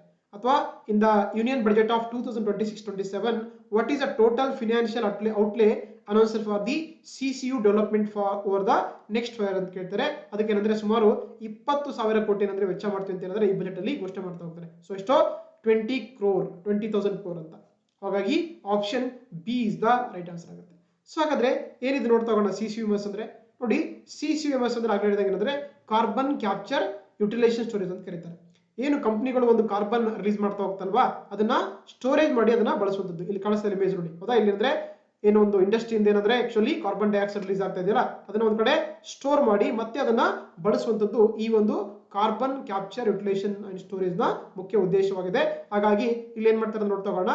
ಸೊ ಈ ಒಂದು ಟೆಕ್ನಾಲಜಿ ಏನ್ ಮಾಡ್ತಾರೆ actually achieve the higher readiness levels in the end use application across the 5 industry ಕೆಲಸ ಮಾಡ್ತಾ ಹೋಗುತ್ತೆ. ಯಾವ್ದು ಪವರ್ ಸೆಕ್ಟರ್ ಅಲ್ಲಿ, ಪವರ್ ಇಂಡಸ್ಟ್ರಿ, ಆಮೇಲೆ steel industry, cement industry, refineries industry ಮತ್ತೆ ಕೆಮಿಕಲ್ ಇಂಡಸ್ಟ್ರಿ ಅಂತ ಹೇಳ್ತಾರೆ. ಅದಕ್ಕೆ ಸೊ ಮುಂದಿನ 5 ವರ್ಷಗಳಲ್ಲಿ ಅಂತಂದ್ರೆ ಸುಮಾರು 20,000 ಅಮೌಂಟ್ ಅನ್ನು ಏನ್ ಮಾಡ್ತಾರೆ ಅಂದ್ರೆ 20,000 ಕೋಟಿ ಏನ್ ಮಾಡ್ತಾರೆ ಅಂದ್ರೆ ಇದಕ್ಕೆ ಇನ್ವೆಸ್ಟ್ ಮಾಡ್ತಾ ಹೋಗ್ತಾರೆ. ಸೊ ಹಾಗಾಗಿ ಏನಂದ್ರೆ ಈ ಒಂದು ಕಾರ್ಬನ್ ಕ್ಯಾಪ್ಚರ್ ಅಂತಂದ್ರೆ ಇಂಗಾಲ ಹೊರಸೂಸುವಿಕೆಯನ್ನು ನಿಯಂತ್ರಿಸಲಾಗಿದೆ ಈ ಒಂದು ಸ್ಕೀಮ್ ಮಾಡ್ತಾ ಹೋಗ್ತಾರೆ. ಕಾರ್ಬನ್ ಕ್ಯಾಪ್ಚರ್ ಯುಟಿಲೈಸೇಷನ್ ಸ್ಟೋರೇಜ್ ಕರೀತಾರೆ. ಈ ಒಂದು ಟೆಕ್ನಾಲಜಿ ಮುಖಾಂತರ ಅಂದ್ರೆ ಮುಂದಿನ 5 ವರ್ಷಗಳ ಅವಧಿಗೆ 20,000 ಕೋಟಿ ಅನುದಾನವನ್ನ ಈ ಒಂದು ಕಾರ್ಯಕ್ರಮಕ್ಕೆ ಕೊಟ್ಟಿರುವಂತದ್ದಾಗಿದೆ. ಸೊ ಹಾಗಾಗಿ option B is the right answer ಆಗುತ್ತೆ. Okay, yes. ನೆಕ್ಸ್ಟ್ ನೋಡ್ತಾ ಹೋಗೋಣ. 34ನೇ ಪ್ರಶ್ನೆ. 26-27ರ ಕೇಂದ್ರ ಬಜೆಟ್ ನ ಪ್ರಕಾರ ಭಾರತ ವಿಸ್ತಾರ ಕಾರ್ಯಕ್ರಮವು ಡ್ಯಾಶ್ ಸಂಬಂಧಪಟ್ಟಂತೆ ಕೇಳ್ತಾರೆ. According to the union budget of 2026-27 the Bharat Vistaar programme is related ಅಂತ ಕೇಳ್ತಾರೆ. ನೋಡಿ, ಭಾರತ್ ವಿಸ್ತಾರ ಕಾರ್ಯಕ್ರಮ ಇದೆಯಲ್ಲ, ಇದೇನಂತಂದ್ರೆ ವಿಶೇಷವಾಗಿ ಯಾವುದಕ್ಕೆ ಅಂತಂದ್ರೆ ಇದು ಕೃಷಿಗೆ ಸಂಬಂಧಪಟ್ಟಂತ ಒಂದು ಯೋಜನೆ ಆಗಿದೆ. It is related to the agriculture. So ಹಾಗಾಗಿ option B is the right answer ಆಗುತ್ತೆ. ನೋಡ್ತಾ ಹೋಗೋಣ. ನೋಡಿ, ಬಜೆಟ್ ಅಲ್ಲಿ ಮೆನ್ಷನ್ ಮಾಡ್ತಾ ಹೋಗ್ತಾರೆ. ಏನು ಭಾರತ್ ವಿಸ್ತಾರ ಕಾರ್ಯಕ್ರಮ ಇದೆಯಲ್ಲ, ಇದೇನಂತಂದ್ರೆ ನೋಡಿ, ಭಾರತ್ ವಿಸ್ತಾರ ಅಂದ್ರೆ ಆಕ್ಚುಲಿ ಫುಲ್ ಫಾರ್ಮ್ ಗೊತ್ತಿರಬೇಕು. ವಿಸ್ತಾರ ಅಂದ್ರೆ ನೋಡಿ ಇದೆ virtually integrated system to access agriculture resource ಅಂತ ಕರೀತಾರೆ. ಇದೇನಂದ್ರೆ ಮಲ್ಟಿಲಿಂಗ್ವಲ್ AI ಟೂಲ್ ಅಂತ. ಅಂದ್ರೆ ಬಹುಭಾಷೆಯ ಕೃತಕ ಬುದ್ಧಿಮತ್ತೆ ಮುಖಾಂತರ ಏನ್ ಮಾಡ್ತಾರೆ ಅಂದ್ರೆ ರೈತರಿಗೆ ಹಲವಾರು ರೀತಿಯಲ್ಲಿ ಒಂದೇನಂದ್ರೆ ಮಾಹಿತಿ ನೀಡುವಂತದ್ದು ಈ ಭಾರತ್ ವಿಸ್ತಾರದ ಮುಖ್ಯ ಉದ್ದೇಶವಾಗಿದೆ. ಇದರಲ್ಲಿ ವಿಶೇಷವಾಗಿ ಅವ್ರಿಗೆ ಆಗುವಂತ ತೊಂದರೆಗಳ ಬಗ್ಗೆ, ಹೌದಾ, ಸೊ ಮತ್ತೇನಂದ್ರೆ ಅವ್ರಿಗೊಂದು ಸಲಹೆ ಕೊಡುವಂತದ್ದು ಈ ಒಂದು ಭಾರತ್ ವಿಸ್ತಾರದ ಮುಖ್ಯ ಉದ್ದೇಶವಾಗಿದೆ. ಅದು ಕೂಡ ಕೃತಕ ಬುದ್ಧಿಮತ್ತೆ ಬಳಸಿಕೊಂಡು ಅವರದೇ ಒಂದು ಭಾಷೆಯಲ್ಲಿ ಅಂದ್ರೆ ಸ್ಥಳೀಯ ಭಾಷೆಯಲ್ಲಿ ಒಂದು ಇನ್ಫಾರ್ಮೇಶನ್ ಕೊಡುತ್ತೆ. ಅದನ್ನ ನಾವು ಭಾರತ್ ವಿಸ್ತಾರ ಕಾರ್ಯಕ್ರಮ ಅಂತ ಕರೀತಾರೆ. ಸೊ ಹಾಗಾಗಿ ಇದು ರೈತರಿಗೆ ಸಂಬಂಧಪಟ್ಟಂತ ಸ್ಕೀಮ್ ಆಗಿದೆ. ಇದನ್ನೇಂದ್ರೆ ಇದು ಸಪೋರ್ಟ್ ವಿತ್ ದ ಯಾರು ICR Indian council of agriculture research ಮುಖಾಂತರ ಹೇಳಿದ್ರೆ ಈ ಒಂದು ಸ್ಕೀಮ್ ಅನ್ನ ಇಂಪ್ಲಿಮೆಂಟೇಷನ್ ಮಾಡ್ತಾ ಇದ್ದಾರೆ. ಓಕೆನಾ? ಸೊ ಹಾಗಾಗಿ option so B is the right answer ಆಗುತ್ತೆ. ಭಾರತ್ ವಿಸ್ತಾರ ಕಾರ್ಯಕ್ರಮವು ಕೃಷಿ ಕ್ಷೇತ್ರದ ರೈತರಿಗೆ ಏನಂದ್ರೆ ಒಂದು AI ಟೆಕ್ನಾಲಜಿ ಮುಖಾಂತರ ಮಲ್ಟಿ ಲ್ಯಾಂಗ್ವೇಜ್ ಮುಖಾಂತರ ಮಾಹಿತಿ ನೀಡುವಂಥದ್ದು ಈ ಒಂದು ಯೋಜನೆಯ ಮುಖ್ಯ ಉದ್ದೇಶವಾಗಿದೆ. ಎಸ್, ನೆಕ್ಸ್ಟ್ ನೋಡ್ತಾ ಹೋಗೋಣ. ಇಲ್ಲಿ ಹೌದಾ? ಸೊ ವಿಸ್ತಾರ ಅಂದ್ರೆ ಫುಲ್ ಫಾರ್ ಆಗಿ ಹೇಳಿದ್ರೆ virtually integrated system to access agriculture resource ಅಂತ ಕರೀತಾರೆ. S, okay. ನೆಕ್ಸ್ಟ್ ನೋಡ್ತಾ ಹೋಗೋಣ. 35ನೇ ಪ್ರಶ್ನೆ, ಶ್ರೀಗಂಧದ ವೈಜ್ಞಾನಿಕ ಹೆಸರೇನು? The scientific name of the Sandalwood ಅಂತ ಕೇಳ್ತಾ ಇದ್ದಾರೆ. ನೋಡಿ, ನಮ್ಮ ಏನು ಶ್ರೀಗಂಧ ಕರ್ನಾಟಕವನ್ನು ಏನು ಕರಿತೀವಿ ಅಂದ್ರೆ ಶ್ರೀಗಂಧ ನಾಡು ಅಂತ ಕರೀತಾರೆ. ಸೊ ಹಾಗಾಗಿ ಈ ಶ್ರೀಗಂಧದ ವೈಜ್ಞಾನಿಕ ಹೆಸರು ಬಂದು ಸ್ಯಾಂಟಲಮ್ ಆಲ್ಬಮ್ ಅಂತ ಇದೆಯಲ್ಲ, ಇದು ಶ್ರೀಗಂಧದ ಮರದ ಏನಂತಂದ್ರೆ ಒಂದು ವೈಜ್ಞಾನಿಕ ಹೆಸರು ಅಥವಾ ಸೈಂಟಿಫಿಕ್ ನೇಮ್ ಆಗಿದೆ. ಸೊ ಹಾಗಾಗಿ option so BA is the right answer ಆಗುತ್ತೆ. ಅದೇ ರೀತಿ ಸೊ ನೋಡಿ, ಅನ್ಕಾರ್ಡಿಯಂ ಆಕ್ಸಿಡೆಂಟಲ್ ಅಂತ ಇದೆಯಲ್ಲ, ಇದೇನಂದ್ರೆ ಆಕ್ಚುಲಿ ಕ್ಯಾಶ್ಯೂ. ಸೊ ಕ್ಯಾಶ್ಯೋದ ಒಂದು ಏನಂದ್ರೆ ಬೆಳೆಯ ಸೈಂಟಿಫಿಕ್ ನೇಮ್ ಆಗಿದೆ. ಅದೇ ರೀತಿ ಥಿಯೋಬ್ರೋಮಾ ಕೋಕೋ ಇದೆಯಲ್ಲ, ಇದು ಕೋಕೋ ಬೆಳೆಯ ಒಂದು ಸೈಂಟಿಫಿಕ್ ನೇಮ್ ಆಗಿದೆ, ಗೊತ್ತಿರಬೇಕು ನಿಮಗೆ. ಸೊ ಹಾಗಾಗಿ ನಮಗೆ ಶ್ರೀಗಂಧ ವೈಜ್ಞಾನಿಕ ಹೆಸರು ಬಂದು ಸ್ಯಾಂಟಲಮ್ ಆಲ್ಬಮ್ ಆಗಿದೆ. ಹಾಗಾಗಿ option A is the right answer ಆಗುತ್ತೆ. ಯಾಕೆ ಈ ಕ್ವಶನ್ ಅಂದ್ರೆ ನೋಡಿ, ನಮ್ಮ ಒಂದು ಬಜೆಟ್ ಅಲ್ಲಿ ಏನ್ ಮಾಡಿದ್ದಾರೆ, ಕೆಲವೊಂದು ಏನಂತಾರೆ ಗಿಡಗಳನ್ನ ಮೆಡಿಸಿನ್ ಮಾಡ್ತಾ ಹೋಗ್ತಾರೆ. ನೋಡಿ, focused cultivation and post harvest processing ಮಾಡ್ತಾ ಅಂತ ಹೇಳಿದ್ರೆ ಅದಕ್ಕೆ ಸ್ಯಾಂಡಲ್ವುಡ್ಗೋಸ್ಕರ. ಅದೇ ರೀತಿ dedicated programme for the Indian cashew ಮತ್ತು ಕೋಕೋಸ್ಕರ ಅಂದ್ರೆ ಮೆಡಿಸಿನ್ ಮಾಡ್ತಾ ಹೋಗ್ತಾರೆ. ಸೊ ಹಾಗಾಗಿ ಆ ಕಾರಣಕ್ಕಾಗಿ ಈ ಪ್ರಶ್ನೆನ ತಗೊಂಡಿದ್ದು. ಸೊ ಹಾಗಾಗಿ ಸ್ಯಾಂಡಲ್ವುಡ್ ನ ಒಂದು ಸೈಂಟಿಫಿಕ್ ನೇಮ್ ಒಂದು ಸ್ಯಾಂಟಲಮ್ ಆಲ್ಬಮ್ ಅಂತ. Okay, yes. ನೋಡಿ, ಕೆಲವೊಂದು ಸ್ಕೀಮ್ಗಳು ಮಾಡ್ತಾ ಹೋಗ್ತಾರೆ. So coconut promotion scheme to increase the production and energy product ಅಂತ ಹೇಳ್ತಾರೆ. ಅದೇ ರೀತಿ ಇಂಡಿಯನ್ ಕ್ಯಾಶ್ಯೋ ಬಗ್ಗೆ, ಕೋಕೋ ಬಗ್ಗೆ ಕೂಡ ಕೆಲವು ಪ್ರೋಗ್ರಾಮ್ ಮಾಡ್ತಾ ಅಂತ ಹೇಳಿದ್ದಾರೆ. ಆ ಕಾರಣಕ್ಕಾಗಿ ನಿಮಗೆ ಈ ಒಂದು ಕ್ವಶನ್ ಇಂಪಾರ್ಟೆಂಟ್ ಆಗುತ್ತೆ. Okay, yes. ನೆಕ್ಸ್ಟ್ ನೋಡ್ತಾ ಹೋಗೋಣ. 36ನೇ ಪ್ರಶ್ನೆ, 2026 ಕೇಂದ್ರ ಬಜೆಟ್ ಪ್ರಕಾರ ಹೊಸ ರಾಷ್ಟ್ರೀಯ ವಿನ್ಯಾಸ ಸಂಸ್ಥೆಯನ್ನ ಡ್ಯಾಶ್ ನಲ್ಲಿ ಸ್ಥಾಪಿಸುವುದಾಗಿ ಘೋಷಿಸಲಾಗಿದೆ ಎಂದು ಕೊಟ್ಟಿದ್ದಾರೆ. According to the union budget of 2026, the new national institute of design declare to establish ಅಂತಂದ್ರೆ ಎಲ್ಲಿ ಮಾಡ್ತೀವಿ ಅಂತ ಹೇಳಿದ್ರೆ ಅದನ್ನ ಪೂರ್ವ ಭಾರತದಲ್ಲಿ ಅಥವಾ ಈಸ್ಟರ್ನ್ ಇಂಡಿಯಾದಲ್ಲಿ ಈ ಒಂದು ಇನ್ಸ್ಟಿಟ್ಯೂಷನ್ ಮಾಡ್ತೀವಿ ಅಂತ ಹೇಳಿದ್ದಾರೆ. ಹಾಗಾಗಿ option so D is the right answer ಆಗುತ್ತೆ. ನೋಡಿ, ನಮಗೆ ಸೌರದಲ್ಲಿ ಮೆನ್ಷನ್ ಮಾಡ್ತಾ ಹೋಗ್ತಾರೆ. ಸೊ ಅಂದ್ರೆ setting of the new national institute of design through challenge route in the eastern region of India. ಅಂದ್ರೆ ನಮ್ಮ ಭಾರತದ ಒಂದು ಪೂರ್ವದ ಪ್ರದೇಶದಲ್ಲಿ ಅಂದ್ರೆ actually national institute of design ಅನ್ನ ಒಂದು ಸಂಸ್ಥೆಯನ್ನ ಸ್ಥಾಪನೆ ಮಾಡ್ತೀವಿ ಅಂತ ಹೇಳ್ತಾರೆ. ಸೊ ಹಾಗಾಗಿ ನಮಗೆ option so D is the right answer ಆಗುತ್ತೆ. ಎಸ್, ನೆಕ್ಸ್ಟ್ ನೋಡ್ತಾ ಹೋಗೋಣ. 37ನೇ ಪ್ರಶ್ನೆ, ಖೇಲೋ ಇಂಡಿಯಾ ಕಾರ್ಯಕ್ರಮದ ಅನುಷ್ಠಾನಕ್ಕೆ ಯಾವ ಸಚಿವಾಲಯ ಜವಾಬ್ದಾರಿಯಾಗಿದೆ ಅಂತ ಕೊಟ್ಟಿದ್ದಾರೆ. Which ministry is responsible for the implementation of the Khelo India programme ಅಂತ ಕರೀತಾರೆ. ಖೇಲೋ ಅಂದ್ರೆ ಗೊತ್ತಲ್ವಾ, ಆಟ ಅಂತ, ಸ್ಪೋರ್ಟ್ಸ್, ಕ್ರೀಡೆ. ನೋಡ್ತಾ ಹೋಗೋಣ. ಇದು ಯುವ ವ್ಯವಹಾರ ಮತ್ತು ಕ್ರೀಡಾ ಸಚಿವಾಲಯ. ಹೌದಾ? ಇದೇನ್ ಮಾಡುತ್ತೆ, ಈ ಖೇಲೋ ಇಂಡಿಯಾ ಕಾರ್ಯಕ್ರಮವನ್ನು ಯಾರು ಜಾರಿಗೊಳಿಸ್ತಾರೆ ಅಂತಂದ್ರೆ ಸೊ ಅದು ministry of the youth affairs and sports ನೋಡಿ, ಈ ಒಂದು ಮಿನಿಸ್ಟ್ರಿ ಮಾಡುತ್ತೆ ಈ ಒಂದು ಖೇಲೋ ಇಂಡಿಯಾ ಕಾರ್ಯಕ್ರಮವನ್ನ ಏನ್ ಮಾಡುತ್ತೆ, ಖೇಲೋ ಭಾರತ ಕಾರ್ಯಕ್ರಮ ಏನ್ ಮಾಡುತ್ತೆ ಆಕ್ಚುಲಿ ಅದು ಇಂಪ್ಲಿಮೆಂಟೇಷನ್ ಮಾಡುತ್ತೆ ಅಥವಾ ಜಾರಿಗೊಳಿಸುತ್ತೆ. ಸೊ ಹಾಗಾಗಿ option so 1 is the right answer ಆಗುತ್ತೆ. ಹಾಗಾದ್ರೆ ಏಕೆ ಈ ಪ್ರಶ್ನೆ ಅಂತಂದ್ರೆ ನೋಡಿ, ಬಜೆಟ್ ಅಲ್ಲಿ ಮೆನ್ಷನ್ ಮಾಡ್ತಾ ಹೋಗ್ತಾರೆ ಖೇಲೋ ಇಂಡಿಯಾ ಮಿಷನ್ ಅಂತ ಮಾಡಿದ್ದಾರೆ. ಸೊ ಈ ಖೇಲೋ ಇಂಡಿಯಾ ಮಿಷನ್ ಇದೆಯಲ್ಲ, ಇದನ್ನ 2016-17 ವರ್ಷದಲ್ಲಿ ಒಂದು ಸ್ಕೀಮ್ ಅನ್ನ ಲಾಂಚ್ ಮಾಡ್ತಾ ಹೋಗ್ತಾರೆ. ಯಾವ ಮಿನಿಸ್ಟ್ರಿ ಅದು?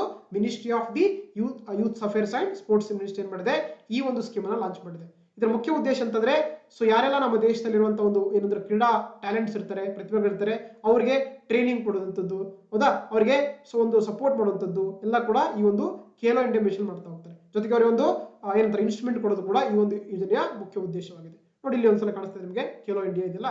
ಸೊ ಏನಂತಂದ್ರೆ ಅದರ ಮುಖಾಂತರ ಅವರಿಗೆ ಇಂಟಿಗ್ರೇಟೆಡ್ ಟ್ಯಾಲೆಂಟ್ ಡೆವಲಪ್ಮೆಂಟ್ ಪಾತ್ವೆ ಮುಖಾಂತರ ಅವರಿಗೆ ಟ್ರೈನಿಂಗ್ ಸೆಂಟರ್ಗಳನ್ನ ತೆರೆಯುವಂಥದ್ದು, ಅದೇ ರೀತಿ ಅವರಿಗೆ ಕೋಚಸ್ ಗಳಿಗೆ ಏನಂದ್ರೆ ಒಂದು ಸಿಸ್ಟಮ್ ಡೆವಲಪ್ಮೆಂಟ್ ಆಫ್ ಕೋಚಸ್ ಮತ್ತೆ ಸಪೋರ್ಟ್ ಸ್ಟಾಫ್ ಕೊಡುವಂಥದ್ದು ಅವರಿಗೆಲ್ಲ ಕ್ರೀಡಾಪಟುಗಳಿಗೆ, ಮತ್ತೆ ಅವರಿಗೆ ಸ್ಪೋರ್ಟ್ಸ್ ಸೈನ್ಸ್ ಅಂಡ್ ಟೆಕ್ನಾಲಜಿ ಬಗ್ಗೆ ಮಾಹಿತಿ ಕೊಡುವಂಥದ್ದು, ಜೊತೆಗೆ ಕಾಂಪಿಟೇಷನ್ ಬಗ್ಗೆ ಲೀಗ್ಸ್ ಬಗ್ಗೆ ಕೂಡ ಅವರಿಗೆ ಒಂದು ಪ್ರಮೋಟ್ ಮಾಡುವಂಥದ್ದು ಕೂಡ ಇದರ ಉದ್ದೇಶವಾಗಿರುತ್ತದೆ. That is called the Khelo India mission ಅಂತ ಕರೀತಾರೆ. ಓಕೆ, ಸೊ ಹಾಗಾಗಿ option so 1 is the A is the right answer ಆಗುತ್ತೆ.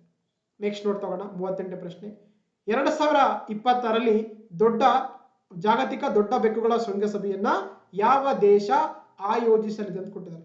Which country is to host the global big cats summit in 2026 ಅಂತ ಕೇಳ್ತಾರೆ. ಹೌದಾ? ಸೊ ಹಾಗಾಗಿ ಏನು ಒಂದು ಈ ಬಿಗ್ ಕ್ಯಾಟ್ ಅಲೈನ್ಸ್ ಒಂದು ಸಮಿಟ್ ಇದೆಯಲ್ಲ, ಅದೆಲ್ಲ ಆಗ್ತಿರೋದು ಅಂದ್ರೆ 2026ರಲ್ಲಿ ಅದು ನಡೆಸ್ತಿರೋದು ನಮ್ಮ ಭಾರತ ದೇಶದಲ್ಲಿ. ಸೊ ಹಾಗಾಗಿ option so B is the right answer ಆಗುತ್ತೆ, ಅದು ಇಂಡಿಯಾ. ನೋಡಿ, ಬಜೆಟ್ ಅಲ್ಲಿ ಮೆನ್ಷನ್ ಮಾಡ್ತಾ ಹೋಗ್ತಾರೆ India to host first ever global big cat summit ಮಾಡ್ತಾ ಇದ್ದಾರೆ. ಸೊ ಹಾಗಾದ್ರೆ ಈ ಬಿಗ್ ಕ್ಯಾಟ್ ಅಂದ್ರೆ ನೋಡ್ತಾ ಹೋಗೋಣ. ನೋಡಿ, ಒಂದು ಆರ್ಗನೈಸೇಷನ್ ಮಾಡ್ತಾ ಹೋಗ್ತಾರೆ, ಅದನ್ನ ಏನಂತ ಕರಿತೀವಿ, ಇಂಟರ್ನ್ಯಾಷನಲ್ ಬಿಗ್ ಕ್ಯಾಟ್ ಅಲಯನ್ಸ್ ಅಂತ ಕರೀತಾರೆ. ಇದನ್ನ 2023 ಅಂದ್ರೆ ನರೇಂದ್ರ ಮೋದಿ ಅವರು ಈ ಒಂದು ಯೋಜನೆಯನ್ನ ಲಾಂಚ್ ಮಾಡ್ತಾ ಹೋಗ್ತಾರೆ. ಯಾಕಂತಂದ್ರೆ ನಮ್ಮ ದೇಶದಲ್ಲಿ ಏನು ಒಂದು ಪ್ರಾಜೆಕ್ಟ್ ಟೈಗರ್ ಅಂತ ಕರಿತೀವಿ ನಾವು, ಹೌದಾ? ಏನು ಪ್ರಾಜೆಕ್ಟ್ ಟೈಗರ್ ಇತ್ತಲ್ವಾ, ಅದು ಜಾರಿಗೆ ಬಂದ ಎಷ್ಟು ವರ್ಷ ಆಯ್ತು ಅಂದ್ರೆ 1973 ಮಾಡ್ತಾರೆ ಕಾರ್ಯಕ್ರಮ. ಯಾವುದು ಪ್ರಾಜೆಕ್ಟ್ ಟೈಗರ್ ಅನ್ನು, ಅದು ಏನಾಗುತ್ತೆ 2023ಕ್ಕೆ 100 ವರ್ಷ ಆಯ್ತು. ಸೊ ಹಾಗಾಗಿ ಏನಂತಂದ್ರೆ ಆಕ್ಚುಲಿ ಅದರ ಒಂದು ಸ್ಮರಣಾರ್ಥವಾಗಿ ಏನಂತಂದ್ರೆ ಒಂದು ಇಂಟರ್ನ್ಯಾಷನಲ್ ಬಿಗ್ ಕ್ಯಾಟ್ ಅಲಯನ್ಸ್ ಅಂತ ಮಾಡ್ತಾರೆ. ಓಕೆನಾ? ಇದನ್ನ ಯಾರು ಇಂಪ್ಲಿಮೆಂಟೇಷನ್ ಮಾಡ್ತಾರೆ? ಇಂಪ್ಲಿಮೆಂಟೇಷನ್ ಮಾಡೋದು ರಾಷ್ಟ್ರೀಯ ಹುಲಿ ಸಂರಕ್ಷಣಾ ಪ್ರಾಧಿಕಾರದವರು ಏನಂದ್ರೆ ಈ ಒಂದು ಕಾರ್ಯಕ್ರಮವನ್ನ ಏನ್ ಮಾಡ್ತಾರೆ, ಇಂಪ್ಲಿಮೆಂಟೇಷನ್ ಮಾಡ್ತಾ ಹೋಗ್ತಾರೆ. ಇದರ ಕೇಂದ್ರ ಕಚೇರಿ ಇರೋದು ಕೂಡ ಸೊ ನಮ್ಮ ಭಾರತದಲ್ಲಿ.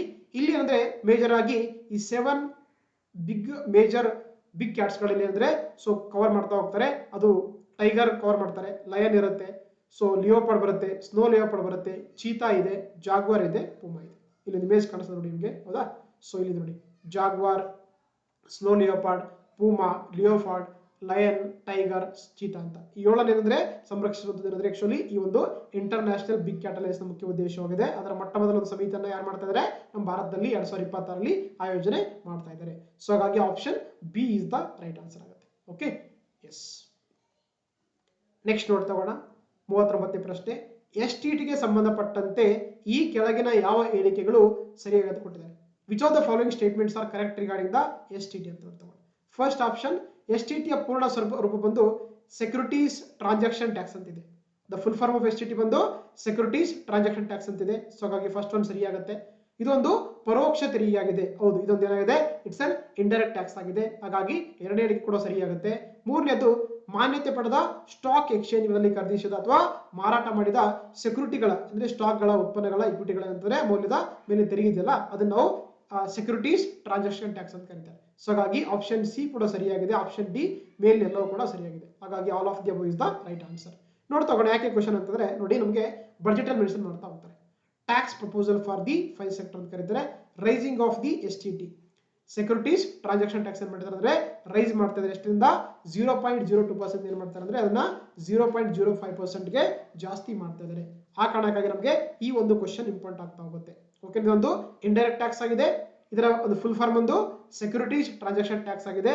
ಇದೇನಂದ್ರೆ ಯಾರೆಲ್ಲ ಒಂದು ಖರೀದಿಸಿದ ವಸ್ತುಗಳು ಎಕ್ಸ್ಚೇಂಜ್ ಇರುತ್ತೆ ಅವುಗಳನ್ನ ಅಂದ್ರೆ ಆಕ್ಚುಲಿ ಮಾರಾಟ ಮಾಡಬೇಕಾದ್ರೆ ಅದ್ರ ಮೇಲೆ ಟ್ಯಾಕ್ಸ್ ಹಾಕ್ತಾರಲ್ವಾ, ಅದನ್ನ ನಾವು ಸೆಕ್ಯೂರಿಟೀಸ್ ಟ್ರಾನ್ಸಾಕ್ಷನ್ ಟ್ಯಾಕ್ಸ್ ಅಂತ ಕರೀತಾರೆ. ಓಕೆ, ಹಾಗಾಗಿ option D is the right answer.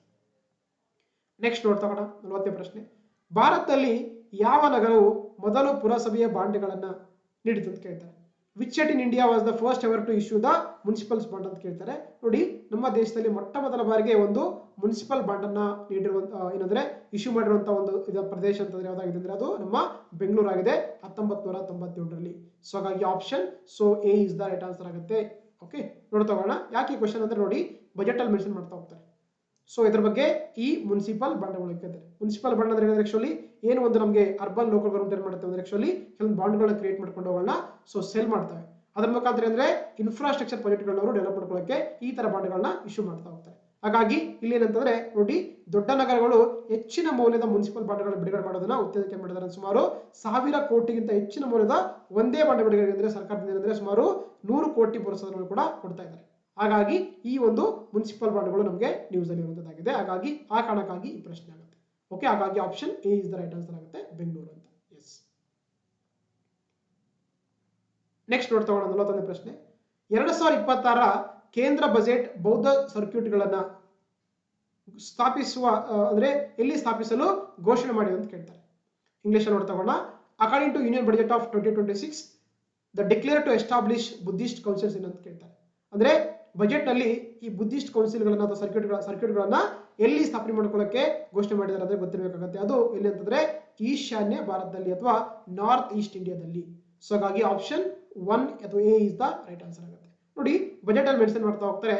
So the scheme for the development of the Buddhist circuits ಅಂತ, ಅದು ಏನಂದ್ರೆ ನಾರ್ತ್ ಈಸ್ಟ್ ಸ್ಟೇಟ್ಗಳಾದಂತ ಸೊ ಅರುಣಾಚಲ್ ಪ್ರದೇಶದಲ್ಲಿ, ಸಿಕ್ಕಿಂ ಅಲ್ಲಿ, ಅಸ್ಸಾಂ ಅಲ್ಲಿ, ಮಣಿಪುರ್ ಅಲ್ಲಿ, ಮಿಜೋರಾಂ ಅಲ್ಲಿ ಮತ್ತೆ ತ್ರಿಪುರಗಳಲ್ಲಿ.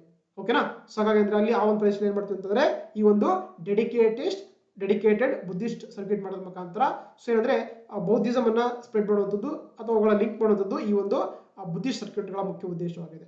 ಓಕೆನಾ. ಹಾಗಾಗಿ so option so A is the right answer ಆಗುತ್ತೆ. ಎಸ್. ನೆಕ್ಸ್ಟ್ ನೋಡ್ತಾ ಹೋಗೋಣ 42ನೇ ಪ್ರಶ್ನೆ. ಹಣಕಾಸು ಆಯೋಗದ ಕುರಿತು ಈ ಕೆಳಗಿನ ಯಾವ ಹೇಳಿಕೆಗಳು ತಪ್ಪಾಗಿವೆ ಅಂತ ಕೊಟ್ಟಿದ್ದಾರೆ. Which of the following statements are incorrect regarding the finance commission ಅಂತ ಕೇಳ್ತಾರೆ. ಓಕೆ, ನೋಡ್ತಾ ಹೋಗೋಣ. ಇದು ಒಂದು ಸಂವಿಧಾನಿಕ ಸಂಸ್ಥೆಯಾಗಿದೆ. ಹೌದು, ಏನಂದ್ರೆ ಇದೇನಂದ್ರೆ ಆರ್ಟಿಕಲ್ 280 ಇದೆಯಲ್ಲ, ಇದರಲ್ಲಿ ಏನಂದ್ರೆ ಇದೊಂದು ಸಂವಿಧಾನ ಸಂಸ್ಥೆಯಾಗಿದೆ. It's A constitution body. So ಹಾಗಾಗಿ ನಮಗೆ ಫಸ್ಟ್ ಹೇಳಿಕೆ ಸರಿಯಾಗಿದೆ. ಎರಡನೇ ನೋಡ್ತಾ ಹೋಗೋಣ. ಭಾರತ ರಾಷ್ಟ್ರಪತಿಗಳು ಹಣಕಾಸು ಆಯೋಗದ ಅಧ್ಯಕ್ಷರನ್ನ ಮತ್ತು ಸದಸ್ಯರನ್ನ ನೇಮಿಸುತ್ತಾರೆ. ಹೌದು, ಏನ್ ಮಾಡ್ತಾರೆ ಅಂದ್ರೆ ಪ್ರತಿ 5 ವರ್ಷಕ್ಕೊಮ್ಮೆ ರಾಷ್ಟ್ರಪತಿಯವರು ಈ ಒಂದು ಫೈನಾನ್ಸ್ ಕಮಿಷನ್ ನ ಚೇರ್ಮನ್ ಮತ್ತು ಮೆಂಬರ್ಸ್ ಅನ್ನು ಅವ್ರು ಏನ್ ಮಾಡ್ತಾರೆ, ಅಪಾಯಿಂಟ್ ಮಾಡ್ತಾರೆ. ಹಾಗಾಗಿ ಎರಡನೇ ಹೇಳಿಕೆ ಕೂಡ ಸರಿಯಾಗಿದೆ. ಮೂರನೇ ನೋಡ್ತಾ ಹೋಗೋಣ.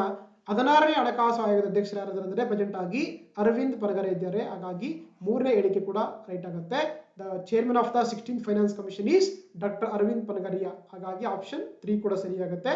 ಆಪ್ಷನ್ 4 ಅಲ್ಲಿ ಹಣಕಾಸು ಆಯೋಗದ ಶಿಫಾರಸುಗಳು ಕೇಂದ್ರ ಸರ್ಕಾರಕ್ಕೆ ಬದ್ಧವಾಗಿರುತ್ತೆ ಕೊಟ್ಟಿದ್ದಾರೆ. The recommendation of the finance commission is binding by the union government ಅಂತ ಕೊಟ್ಟಿದ್ದಾರೆ. ನೋ, ಆಕ್ಚುಲಿ ಏನು ಹಣಕಾಸು ಆಯೋಗ ಇದೆಯಲ್ಲ, ಅದು ಕೊಡುವಂತ ಶಿಫಾರಸುಗಳು ಕೇವಲ ಏನಾಗಿರುತ್ತೆ, ಅವುಗಳು ಕೇವಲ ಏನಾಗಿರ್ತವೆ, ರೆಕಮೆಂಡರಿ ನೇಚರ್ ಆಗಿರುತ್ತೆ. ಅಂದ್ರೆ ಅವುಗಳು ಶಿಫಾರಸುಗಳಾಗಿರ್ತವೆ. ಅದನ್ನ ಒಪ್ಪಲೇಬೇಕಾದ್ರೆ ಸರ್ಕಾರಕ್ಕೆ ಯಾವುದೇ ರೀತಿ ಏನಂತಂದ್ರೆ ಒಂದು ಕಂಡೀಷನ್ ಇಲ್ಲ. ಅವುಗಳನ್ನ ಎಕ್ಸೆಪ್ಟ್ ಮಾಡಬಹುದು ಅಥವಾ ರಿಜೆಕ್ಟ್ ಮಾಡಬಹುದು. ದಟ್ ಈಸ್ ದ ಕಂಡೀಷನ್ ಇದೆ. ಸೊ ಹಾಗಾಗಿ ನಮಗೆ 4ನೇ ಡಿ ಆಪ್ಷನ್ ತಪ್ಪಾಗುತ್ತೆ. ಹಾಗಾಗಿ the recommendation of the finance commission is not binding by the government of India. It's only a recommendary nature ಆಗಿರುತ್ತೆ. They may be accept or reject ಅಂತ. So ಹಾಗಾಗಿ option D is the wrong statement ಆಗುತ್ತೆ, right answer ಆಗುತ್ತೆ. ಯಾಕೆ ಈ ಪ್ರಶ್ನೆ ಅಂದ್ರೆ ನೋಡಿ, ನಮಗೆ ಬಜೆಟ್ ಅಲ್ಲಿ ಮೆನ್ಷನ್ ಮಾಡ್ತಾ ಹೋಗ್ತಾರೆ 16ನೇ ಹಣಕಾಸು ಆಯೋಗ. ಓಕೆನಾ. ಇದರ ಅಧ್ಯಕ್ಷರಾಗಿದ್ರೆ ಇಲ್ಲಿ ಸೆಂಟ್ರಲ್ ಕಾಣಿಸ್ತಲ್ಲ, ಇವರೇ ಅರವಿಂದ್ ಪನಗರಿ ಆಗಿರ್ತಾರೆ. ಇದರಲ್ಲಿ ಟೋಟಲ್ ಆಗಿ 5 ಜನ ಇರ್ತಾರೆ. ಸೊ ಒಬ್ಬರು ಅಧ್ಯಕ್ಷರು, 4 ಜನ ಸದಸ್ಯರು ಇರ್ತಾರೆ. ಇದೊಂದು ಕಾನ್ಸ್ಟಿಟ್ಯೂಷನ್ ಬಾಡಿ ಆಗಿದೆ. ಅಂಡರ್ ಆರ್ಟಿಕಲ್ 280 ಅಲ್ಲಿ ಏನಂದ್ರೆ ರಾಷ್ಟ್ರಪತಿ ಏನ್ ಮಾಡ್ತಾರೆ, ಪ್ರತಿ 5 ವರ್ಷಕ್ಕೊಮ್ಮೆ ನಮ್ಮ ದೇಶದಲ್ಲಿ ಹಣಕಾಸು ಆಯೋಗ ರಚನೆ ಮಾಡ್ತಾ ಹೋಗ್ತಾರೆ. ಪ್ರಸ್ತುತವಾಗಿ ನಮ್ಮ ದೇಶದಲ್ಲಿ 16ನೇ ಹಣಕಾಸು ಆಯೋಗವನ್ನ ರಚನೆ ಮಾಡಿದ್ದಾರೆ. ಹಾಗಾಗಿ 15ನೇ ಹಣಕಾಸು ಆಯೋಗದ ಇದು ಬಂದ ಯಾರಿದ್ದಾರೆ ಅಂದ್ರೆ NK ಸಿಂಗ್ ಇದಾರಲ್ಲ, ಅವ್ರೇನಂದ್ರೆ ಸೊ ಈ ಒಂದು 15ನೇ ಹಣಕಾಸು ಆಯೋಗದ ಅಧ್ಯಕ್ಷರಾಗಿದ್ದರು. ಓಕೆನಾ. ಯಾಕೆ ಪ್ರಶ್ನೆ ಅಂತ ನೋಡಿ, ಇಲ್ಲಿ ಏನಂದ್ರೆ ಏನ್ ಮಾಡಿದಾರೆ ಅಂದ್ರೆ government has accepted the recommendation of the finance commission to retain the vertical share of the 40% ಕರೀತಾರೆ. ಅಂದ್ರೆ ಏನು 16ನೇ ಹಣಕಾಸು ಆಯೋಗ ಏನ್ ಮಾಡುತ್ತೆ, ಆಕ್ಚುಲಿ 41% ಏನಂದ್ರೆ ಆಕ್ಚುಲಿ ಟ್ಯಾಕ್ಸ್ ಡೆವಲ್ಯೂಷನ್ಸ್ ಏನಂದ್ರೆ ಸೊ ರೆಕಮೆಂಡೇಶನ್ ಮಾಡಿದೆ. ಅದರಿಂದ ಕೇಂದ್ರ ಸರ್ಕಾರ ಮಾಡ್ಕೊಂಡಿದೆ, ಒಪ್ಪಿಕೊಂಡಿದೆ. ಹಾಗಾಗಿ ನಮಗೆ ಇಂಪಾರ್ಟೆಂಟ್ ಆಗ್ತಾ ಹೋಗುತ್ತೆ. ಓಕೆ. ಸೊ ಹಾಗಾಗಿ option D is the right answer ಆಗುತ್ತೆ. ನೆಕ್ಸ್ಟ್ ನೋಡ್ತಾ ಹೋಗೋಣ 43ನೇ ಪ್ರಶ್ನೆ. ಶಿಕ್ಷಣ ಕ್ಷೇತ್ರಗಳಲ್ಲಿ ಘೋಷಿಸಲಾದ ಈ ಕೆಳಗಿನ ಯಾವ ಯೋಜನೆಗಳು ಸರಿ ಅಂತ ಕೊಟ್ಟಿದ್ದಾರೆ.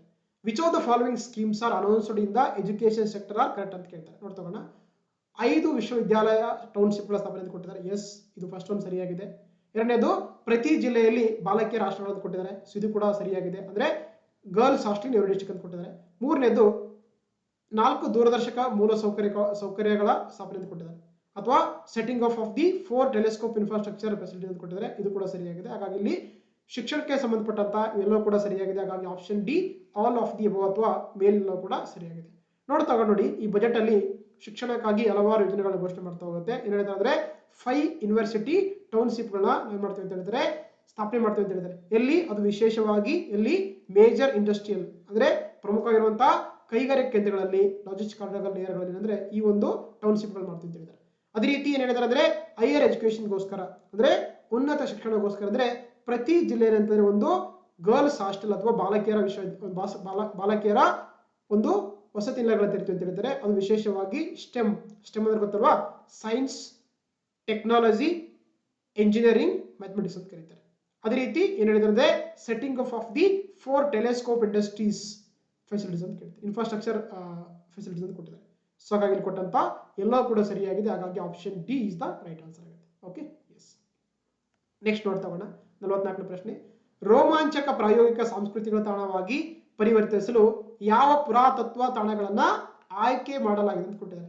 Which of the archaeological sites are selected to convert into vibrant experimental cultural destination ಅಂತ ಕೊಟ್ಟಿದ್ದಾರೆ. ನೋಡಿ, ನಮ್ಮ ಈ ಒಂದು 2026 ಬಜೆಟ್ ಅಲ್ಲಿ ಕೆಲವೊಂದು ಪುರಾತನ ತಾಣಗಳು ಏನ್ ಮಾಡಿದ್ರೆ ಆಯ್ಕೆ ಮಾಡಿಕೊಂಡು ಅವುಗಳನ್ನ ವೈಬ್ರೆಂಟ್ ಎಕ್ಸ್ಪೆರಿಮೆಂಟಲ್ ಕಲ್ಚರಲ್ ಡೆಸ್ಟಿನೇಷನ್ ಮಾಡೋದು ಉದ್ದೇಶ ಆಗಿದೆ. ಹಾಗಾಗಿ ಇಲ್ಲಿ ಕೊಟ್ಟದೆಲ್ಲ ಇದೆ. ಹೌದಾ. ಲೋತಾರ್ ಆಯ್ಕೆ ಮಾಡ್ಕೊಂಡಿದ್ದಾರೆ, ಧೋಲಾವೀರ ಇದೆ, ರಾಖಿಗಢ್ ಇದೆ, ರಾಖಿಗರಿ, ಆದಿಚಲ್ಲೂರ್ ಇದೆ, ಸಾರನಾಥ್ ಇದೆ, ಹಸ್ತಿನಾಪುರ್ ಇದೆ, ಲಿಯಾರ್ಮ್ ಇದೆ. ಸೊ ಹಾಗಾಗಿ ಇಲ್ಲಿ ಕೊಟ್ಟಂತ ಎಲ್ಲ ಪ್ಲೇಸ್ಗಳು ಕೂಡ ಸೆಲೆಕ್ಟ್ ಮಾಡ್ಕೊಂಡಿದ್ದಾರೆ. ಹಾಗಾಗಿ option D all of the above ಅಥವಾ ಮೇಲ್ನೆಲ್ಲೂ ಕೂಡ ಸರಿಯಾಗುತ್ತೆ. ಸೊ ಹಾಗಾಗಿ option D is the right answer ಆಗುತ್ತೆ. ನೋಡ್ತಾ ನೋಡಿ.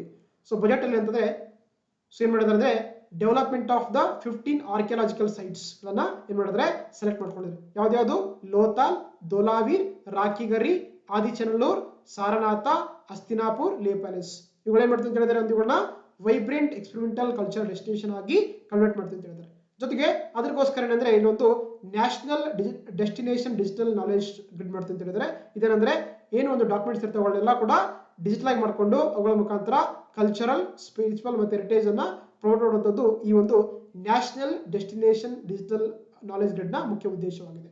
ಓಕೆನಾ, ಗೊತ್ತಿರಬೇಕಾಗುತ್ತೆ. ಎಸ್, ಹಾಗಾಗಿ option D is the right answer. Okay, next 45 ಪ್ರಶ್ನೆ ನೋಡ್ತಾ ಹೋಗೋಣ. 2026-27 ಕೇಂದ್ರ ಬಜೆಟ್ ಪ್ರಕಾರ ಭಾರತದಲ್ಲಿ ಪ್ರವಾಸೋದ್ಯಮ ವಲಯವನ್ನು ಸುಧಾರಿಸಲು ತೆಗೆದುಕೊಂಡ ಹೊಸ ಉಪಕ್ರಮಗಳು ಯಾವುದಂತ ಕೇಳ್ತಾರೆ. ಉಪಕ್ರಮಗಳು ಅಂದ್ರೆ ಸ್ಕೀಮ್ಸ್ ಅಂತ. According to union budget of 2026-27 which of the new initiative taken to improve the tourism sector India ಅಂತ ಕೇಳ್ತಾರೆ. ನೋಡ್ತಾ ಹೋಗೋಣ. ಸೊ ರಾಷ್ಟ್ರೀಯ ಆತಿಥ್ಯ ಸಂಸ್ಥೆಯನ್ನ ಸ್ಥಾಪಿಸುವಂಥದ್ದು, setting of a national institute of hospitality ಅಂತಿದೆ. ಎಸ್, ಇದು ಫಸ್ಟ್ ಒಂದು ಸರಿಯಾಗುತ್ತೆ. ಎರಡನೇ ನೋಡಿ 20 ಪ್ರತಿಷ್ಠಿತ ಪ್ರವಾಸಿಗರಲ್ಲಿ 10,000 ಮಾರ್ಗದರ್ಶಕರ ಕೌಶಲ್ಯವನ್ನು ಹೆಚ್ಚಿಸಲು ಪೈಲಟ್ ಯೋಜನೆ ಮಾಡ್ತೀನಿ ಅಂತ ಹೇಳಿದ್ದಾರೆ. ಅಂದ್ರೆ pilot scheme for the upskilling 10,000 guides in 20 iconic tourist ಅಂತಿದೆ, ಅದು ಕೂಡ ಸರಿಯಾಗುತ್ತೆ. ಮೂರನೇದು ಎಲ್ಲಾ ಮಹತ್ವದ ಸ್ಥಳಗಳನ್ನ ಡಿಜಿಟಲ್ ಆಗಿ ಬದಲಿಸಲು ರಾಷ್ಟ್ರೀಯ ಗಮ್ಯಸ್ಥಾನ ಡಿಜಿಟಲ್ ಜ್ಞಾನ ಗ್ರಿಡ್ ಅನ್ನ ಸ್ಥಾಪಿಸುವಂತ ಕೊಟ್ಟಿದ್ದಾರೆ. Setting of national destination digital knowledge grid to digitally document all places of significance ಅಂತ ಕೊಟ್ಟಿದ್ದಾರೆ. ಸೊ ಹಾಗಾಗಿ ಇದು ಕೂಡ ಸರಿಯಾಗುತ್ತೆ. Option D all of the above ಅಥವಾ ಮೇಲ್ನೆಲ್ಲೋ ಕೂಡ ಸರಿಯಾಗಿದೆ ರಿಗಾರ್ಡಿಂಗ್ ದ ಪ್ರವಾಸೋದ್ಯಮಕ್ಕೆ ಸಂಬಂಧಪಟ್ಟಂತ ಹೊಸ ಯೋಜನೆಗಳು. ನೋಡ್ತಾ ಹೋಗೋಣ. ಸೊ ಪ್ರವಾಸಕ್ಕೆ ಸಂಬಂಧಪಟ್ಟಂತೆ ಈ ಒಂದು ಬಜೆಟ್ ಅಲ್ಲಿ ಹಲವಾರು ಇನಿಷಿಯೇಟಿವ್ ತಗೊಂಡಿದ್ದಾರೆ. ಅದರಲ್ಲಿ ಬಂದಾಗ setting of national institute of hospitality ಅಂತ ಕರೀತಾರೆ. ಏನಕ್ಕಂದ್ರೆ ಇದು ಬ್ರಿಟಿಷ್ ಬ್ರಿಟನ್ನಿಂದ ಅಕಾಡೆಮಿಯ, ಇಂಡಸ್ಟ್ರಿ ಮತ್ತೆ ಗವರ್ಮೆಂಟ್ ಅಂದ್ರೆ ಸರ್ಕಾರ ಮತ್ತು ಆ ಒಂದು ಕೈಗಾರಿಕೆ ಮಧ್ಯೆ ಅಂದ್ರೆ ಒಂದು ಲಿಂಕ್ ಮಾಡುವಂಥದ್ದು ಈ ಒಂದು ನ್ಯಾಷನಲ್ ಇನ್ಸ್ಟಿಟ್ಯೂಟ್ ಆಫ್ ಹಾಸ್ಪಿಟಾಲಿಟಿಯ ಮುಖ್ಯ ಉದ್ದೇಶವಾಗಿದೆ. ಅದೇ ರೀತಿ ಏನು ನಮ್ಮ ದೇಶದಲ್ಲಿರುವಂತಹ ಸುಮಾರು 20 ಐಕಾನಿಕ್ ಟೂರಿಸ್ಟ್ ಪ್ಲೇಸ್ ಗಳಿದೆಯಲ್ಲ, ಅಲ್ಲಿ ಅಂದ್ರೆ ಸುಮಾರು ಅಲ್ಲಿರುವಂತಹ 10,000 ಒಂದು ಗೈಡ್ಗಳಿಗೆ ಏನ್ ಮಾರ್ಗದರ್ಶಕರಂತವ್ರಿಗೆ ಅವ್ರಿಗೆ ಅಪ್ಸ್ಕಿಲಿಂಗ್ ಮಾಡುವಂಥದ್ದು ಈ ಒಂದು ಪೈಲಟ್ ಸ್ಕೀಮ್ ಕೂಡ ಮಾಡ್ತೀನಿ ಅಂತ ಹೇಳಿದ್ದಾರೆ. ಜೊತೆಗೆ ಆಗ್ಲೇ ಹೇಳಿದಂಗೆ national destination digital knowledge grid to documents ಅಂದ್ರೆ ಡಾಕ್ಯುಮೆಂಟ್ಗಳನ್ನ ಡಿಜಿಟಲ್ ಆಗಿ ಮಾಡೋದು ಕೆಲಸ ಆಗಿದೆ. ಜೊತೆಗೆ ನೋಡಿ ಏನಂದ್ರೆ to develop the ecologically sustainable mountain trails ಆಗಿರ್ಬೋದು, ಅದೇ ರೀತಿ ಟರ್ಟಲ್ ಟ್ರೈಲ್ಸ್ಗಳು, ಬರ್ಡ್ ವಾಚಿಂಗ್ ಟ್ರೈಲ್ಸ್ ಮಾಡೋಕೆ ಕೆಲವೊಂದು ಸೆಲೆಕ್ಟ್ ಸ್ಟೇಟ್ಗಳನ್ನು ಕೂಡ ಸೆಲೆಕ್ಟ್ ಮಾಡ್ಕೊಂತ ಹೇಳಿದ್ದಾರೆ.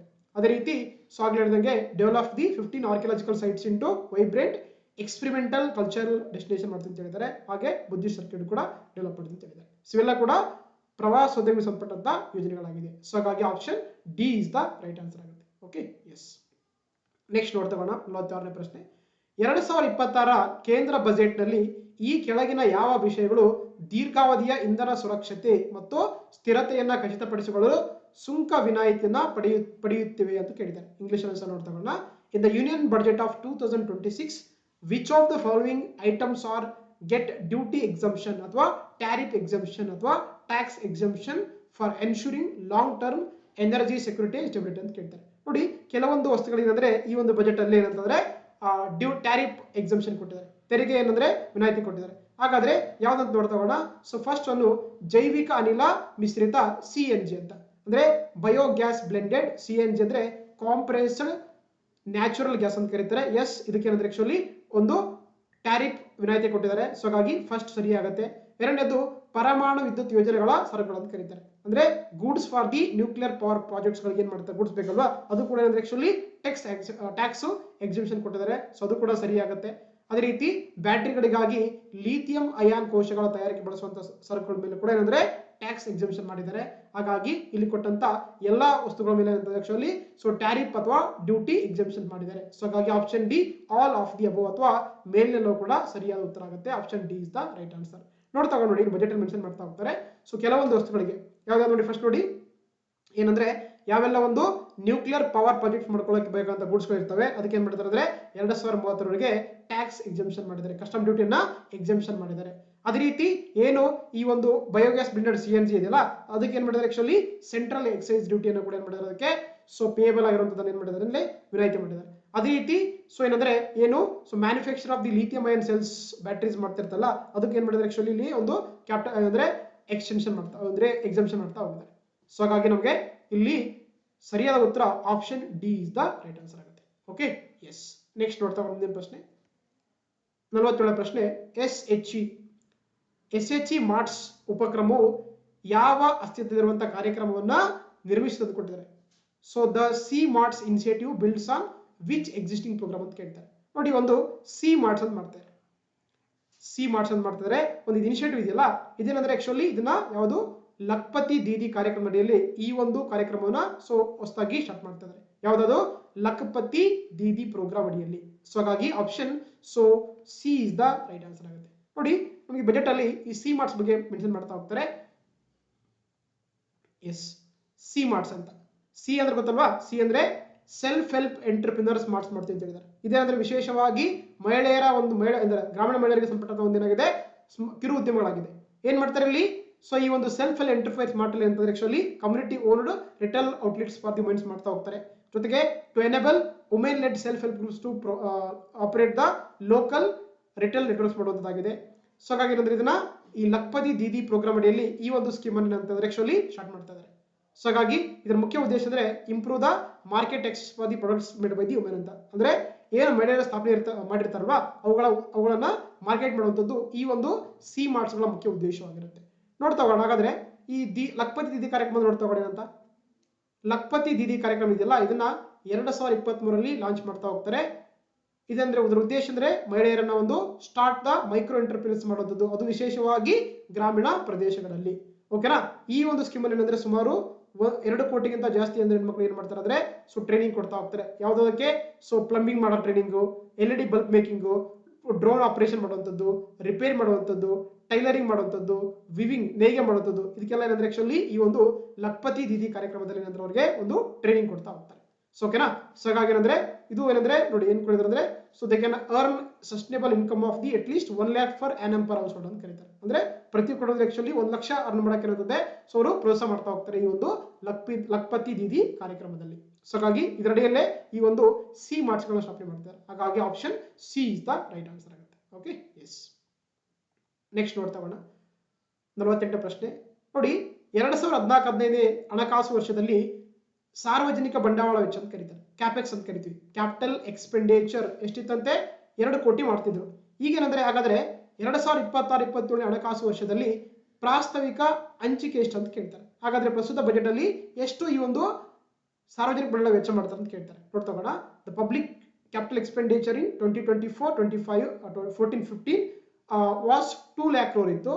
What is the proposed allocation for 2026-27 ಅಂತ ಕೇಳ್ತಾರೆ. ನೋಡಿ ಅಂದ್ರೆ ಈ ಕ್ಯಾಪಿಟಲ್ ಎಕ್ಸ್ಪೆಂಡಿಚರ್ ಇದೆಯಲ್ಲ ಇದಕ್ಕೆ ಸುಮಾರು ಎಷ್ಟು 12.2 ಲಕ್ಷ ಕೋಟಿ ಅಂದ್ರೆ ಈ ವರ್ಷದ ಬಜೆಟ್ ಅಲ್ಲಿ ಅಂದ್ರೆ ಆಕ್ಚುಲಿ ಈ ಒಂದು ಸಾರ್ವಜನಿಕ ಕ್ಯಾಪಿಟಲ್ ಎಕ್ಸ್ಪೆಂಡಿಚರ್ಗೆ ಹಣವನ್ನ ಮೀಸಲಿಟ್ಟಿದ್ದಾರೆ ಅಥವಾ ಘೋಷಣೆ ಮಾಡಿದ್ದಾರೆ. ಸೊ ಹಾಗಾಗಿ option C is the right answer ಆಗುತ್ತೆ. ಸೊ 12.2 lakh crore ಅಂತ 12.2 ಲಕ್ಷ ಕೋಟಿ ಅಂದ್ರೆ ಈ ಒಂದು ಕ್ಯಾಪಿಟಲ್ ಎಕ್ಸ್ಪೆಂಡಿಚರ್ಗೆ ಈ ಒಂದು ಬಜೆಟ್ ಅಲ್ಲಿ ಹಣವನ್ನ ಮೀಸಲಿಟ್ಟಿದ್ದಾರೆ. ನೋಡ್ತಾ ನೋಡಿ. ಸೊ ನಿಮ್ಗೆ ಇಲ್ಲೇ ಕಾಣಿಸ್ತಿರೋದು ಟ್ರೆಂಡ್.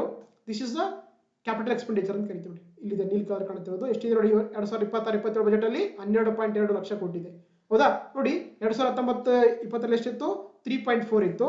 ಈಗ ಏನ್ ಮಾಡಿದಾರೆ ಅದನ್ನ ಸೊ 12.2 lakh crore ಮಾಡಿದ್ದಾರೆ. ಸೊ ಅದನ್ನ ಕ್ಯಾಪೆಕ್ಸ್ ಅಂತ ಕರೀತಾರೆ ಶಾರ್ಟ್ ಕಟ್ ಆಗಿ. ಕ್ಯಾಪೆಕ್ಸ್ ಅಂದ್ರೆ ಕ್ಯಾಪಿಟಲ್ ಎಕ್ಸ್ಪೆಂಡಿಚರ್ ಅಂತ ಕರೀತಾರೆ. ಅಂದ್ರೆ ಒಂದು ಏನಂದ್ರೆ ಒಂದು ಕನ್ಸ್ಟ್ರಕ್ಷನ್ ಮಾಡಿ ಅದರಿಂದ ಮತ್ತೆ ಬೆನಿಫಿಟ್ ಹೊಡಿದ್ರೆ ನಾವು ಸಾಮಾನ್ಯವಾಗಿ ಏನಂತ ಕರಿತೀವಿ ಕ್ಯಾಪಿಟಲ್ ಎಕ್ಸ್ಪೆಂಡಿಚರ್ ಅಂತ ಕರೀತಾರೆ. ಓಕೆ. ಸೊ ಹಾಗಾಗಿ option C is the right answer. Next ನೋಡ್ತಾ ಹೋಗೋಣ 49ನೇ ಪ್ರಶ್ನೆ. 2026-27 ಬಜೆಟ್ ಪ್ರಕಾರ ಅಂದಾಜು ವಿತ್ತೀಯ ಕೊರತೆ ಎಷ್ಟು ಅಂತ ಕೇಳ್ತಾರೆ.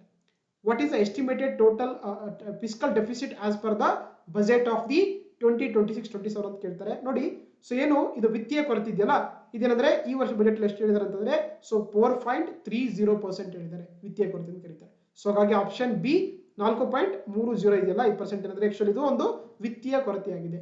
ಸೊ ಹಾಗಾದ್ರೆ ಏನಿದೆ ಫಿಸ್ಕಲ್ ಡೆಫಿಸಿಟ್ ಅಂದ್ರೆ ನೋಡಿ ಫಿಸ್ಕಲ್ ಡೆಫಿಸಿಟ್ ಅಂದ್ರೆ ಏನಾಗಿರುತ್ತೆ ಸಾಮಾನ್ಯವಾಗಿ ಅದು ವೆಚ್ಚ ಮೈನಸ್ ಆದಾಯ ಏನಾಗಿರುತ್ತೆ ಸಾಲವನ್ನು ಹೊರತುಪಡಿಸಿ ಅದಕ್ಕೆ ಏನಂತ ಕರಿತೀವಿ ನಾವು ವಿತ್ತೀಯ ಕೊರತೆ ಅಂತ ಕರೀತಾರೆ.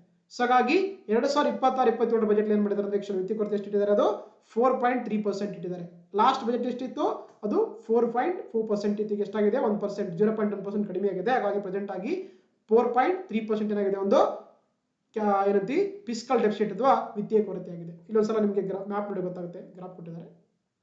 ಇಲ್ಲಿ ಫಸ್ಟ್ ಒಂದು ಕಾಣಿಸ್ತಿದೆಯಲ್ಲ, ಇದು ಫಿಸ್ಕಲ್ ಡೆಫಿಸಿಟ್. ಇದನ್ನು ಕನ್ನಡದಲ್ಲಿ ನಾವು ವಿತ್ತೀಯ ಕೊರತೆ ಅಂತ ಕರೀತಾರೆ. ಹಾಗಾಗಿ 2026-27 ಬಜೆಟ್ ಎಷ್ಟಿದೆ ಅಂತಂದ್ರೆ 4.3% ಇದೆ, 30% ಇದೆ. ಅದೇ ರೀತಿ ನೋಡಿ ರೆವೆನ್ಯೂ ಡೆಫಿಸಿಟ್ ಅಂತ ಕರೀತಾರೆ. ಆದಾಯ ಕೊರತೆ ಎಷ್ಟಿದೆ ನೋಡಿ, 1.50 ಇದೆ. ಅದೇ ರೀತಿ ಪ್ರೈಮರಿ ಡೆಫಿಸಿಟ್ ಅಂದ್ರೆ ಪ್ರಾಥಮಿಕ ಕೊರತೆ ಅಂತ ಕರೀತಾರೆ, ಅದೆಷ್ಟಿದೆ, 0.70% ಇದೆ. ಅದೇ ರೀತಿ ಎಫೆಕ್ಟಿವ್ ರೆವೆನ್ಯೂ ಡೆಫಿಸಿಟ್ ಅಂತ ಕರೀತಾರೆ, ಅಂದ್ರೆ ಪರಿಣಾಮಕಾರಿ ಆದಾಯ ಕೊರತೆ ಎಷ್ಟಿದೆ ಅಂದ್ರೆ ಅದು ಕೂಡ 0.3% ಇದೆ. ಇಲ್ಲಿ ನಿಮಗೆ ಮೇಜರ್ ಆಗಿ ಎಕ್ಸಾಮ್ ಅಲ್ಲಿ ಕೇಳೋದು, ಸೊ ವಿತ್ತೀಯ ಕೊರತೆ ಬಗ್ಗೆ ಕೇಳ್ತಾ ಹೋಗ್ತಾರೆ, ಗೊತ್ತಿರಬೇಕಾಗುತ್ತೆ. 4.30% ಏನಾಗಿದೆ, ಒಂದು ವಿತ್ತೀಯ ಕೊರತೆ ಆಗಿದೆ 2026-27 ಒಂದು ಬಜೆಟ್ ಪ್ರಕಾರ. ಓಕೆ, ಹಾಗಾಗಿ option so B is the right answer ಆಗುತ್ತೆ. ನೆಕ್ಸ್ಟ್ ನೋಡ್ತಾ ಮುಂದಿನ ಪ್ರಶ್ನೆ, 50ನೇ ಪ್ರಶ್ನೆ.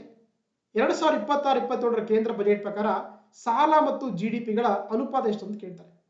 According to union budget of 2026-27 the debt to GDP ratio ಅಂತ ಕೇಳ್ತಾರೆ. ಅಂದ್ರೆ ಸಾಲ ಮತ್ತು ಜಿಡಿಪಿ ಇದೆಯಲ್ಲ, ಅದರ ಅನುಪಾತ ಕೇಳ್ತಾರೆ ಎಷ್ಟಿದೆ ಅಂತ. ನೋಡಿ ಎಷ್ಟಿದೆ ಅಂತಂದ್ರೆ ಅದು ಇರುವಂತದ್ದು 55.6% ಏನಂದ್ರೆ ಆಕ್ಚುಲಿ ಇದು ಸಾಲ ಮತ್ತು ಜಿಡಿಪಿ ಇರುವಂತಹ ಒಂದು ಅನುಪಾತವಾಗಿದೆ. 55.6% ಏನಾಗಿದೆ, GDP to debt to GDP ratio ಆಗಿದೆ. ಸೊ ಹಾಗಾಗಿ option B is the right answer ಆಗುತ್ತೆ. ನೋಡಿ ನಮಗೆ ಬಜೆಟ್ ಅಲ್ಲಿ ಮೆನ್ಷನ್ ಮಾಡ್ತಾ ಹೋಗ್ತಾರೆ. ಸೊ ಏನು 2026-27 ಬಜೆಟ್ ಪ್ರಕಾರ ಅಂದ್ರೆ ಆಕ್ಚುಲಿ ಏನು ಒಂದು GDP debt to GDP ratio ಎಷ್ಟಿದೆ ಅಂತಂದ್ರೆ ಸೊ ಅದು ಇರುವಂತದ್ದು 55.6% ಇದೆ. ಜೊತೆಗೆ ಏನ್ ಹೇಳಿದ್ದಾರೆ ಅಂದ್ರೆ ಈ ಸೆಂಟ್ರಲ್ ಗವರ್ಮೆಂಟ್ ಏನ್ ಮಾಡಿದ್ದಾರೆ ಆಕ್ಚುಲಿ ಅದು ಟಾರ್ಗೆಟ್ ಕೊಟ್ಟಿದ್ದಾರೆ. ಎಷ್ಟು 2030 ಏನಂತಂದ್ರೆ ಆಕ್ಚುಲಿ ಏನಾಗಿರ್ಬೇಕಂತೆ 50+1% ಒಳಗೆ ಏನಂತಂದ್ರೆ ಆಕ್ಚುಲಿ ಏನಾಗಿರ್ಬೇಕಂತೆ ಒಂದು ಡೆಟ್ ಟು ಜಿಡಿಪಿ ರೇಷಿಯೋ ಇರಬೇಕಂತ ಒಂದು ಟಾರ್ಗೆಟ್ ಹಾಕೊಂಡಿದ್ದಾರೆ. 50+1 ಅಂದ್ರೆ 49 to 51 ಒಳಗಡೆ ಇರಬೇಕನ್ನೋದೇನಾದ್ರೂ ಒಂದು ಟಾರ್ಗೆಟ್ ಹಾಕೊಂಡಿದ್ದಾರೆ. ಇದು ಒಂದು ಡೆಟ್ ಟು ಜಿಡಿಪಿ ರೇಷಿಯೋ ಎಷ್ಟವರೆಗೆ 2030 ಒಳಗೆ ಮಾಡಬೇಕು ಟಾರ್ಗೆಟ್ ಮಾಡ್ಕೊಂಡಿದ್ದಾರೆ. ಓಕೆನಾ, ಗೊತ್ತಿರಬೇಕಾಗುತ್ತೆ. ಸೊ ಹಾಗಾಗಿ option so B is the right answer ಆಗುತ್ತೆ. ನೆಕ್ಸ್ಟ್ ನೋಡ್ತಾ ಹೋಗೋಣ, 51ನೇ ಪ್ರಶ್ನೆ. ಈ ಕೆಳಗಿನವುಗಳಲ್ಲಿ ಯಾವ ವಲಯಕ್ಕೆ ಗರಿಷ್ಠ ಹಣಕಾಸು ಹಂಚಿಕೆ ಮಾಡಲಾಗಿದೆ ಅಂತ ಕೊಟ್ಟಿದ್ದಾರೆ. Maximum allocation of finance to which of the following sector ಅಂತ ಕೇಳ್ತಾರೆ. ಅಂದ್ರೆ ಈ ಬಜೆಟ್ ಅಲ್ಲಿ ಯಾವ ವಲಯಕ್ಕೆ ಜಾಸ್ತಿ ಕೊಟ್ಟರು ಅಂತ ಕೇಳ್ತಿದ್ದಾರೆ. ಸೊ ನಮ್ಗೆ ಗೊತ್ತಿರುವಂತೆ ಈ ಏನು 2026 ಬಜೆಟ್ ಇದೆಯಲ್ಲ, ಇದರಲ್ಲಿ ಅತಿ ಹೆಚ್ಚು ಹಣ ಹಂಚಿಕೆ ಇರುತ್ತದೆ ಯಾವುದಂತಂದ್ರೆ ಅದು ಸಾರಿಗೆ ಇಲಾಖೆಗೆ ಅಥವಾ ಸಾರಿಗೆ ವಲಯಕ್ಕೆ.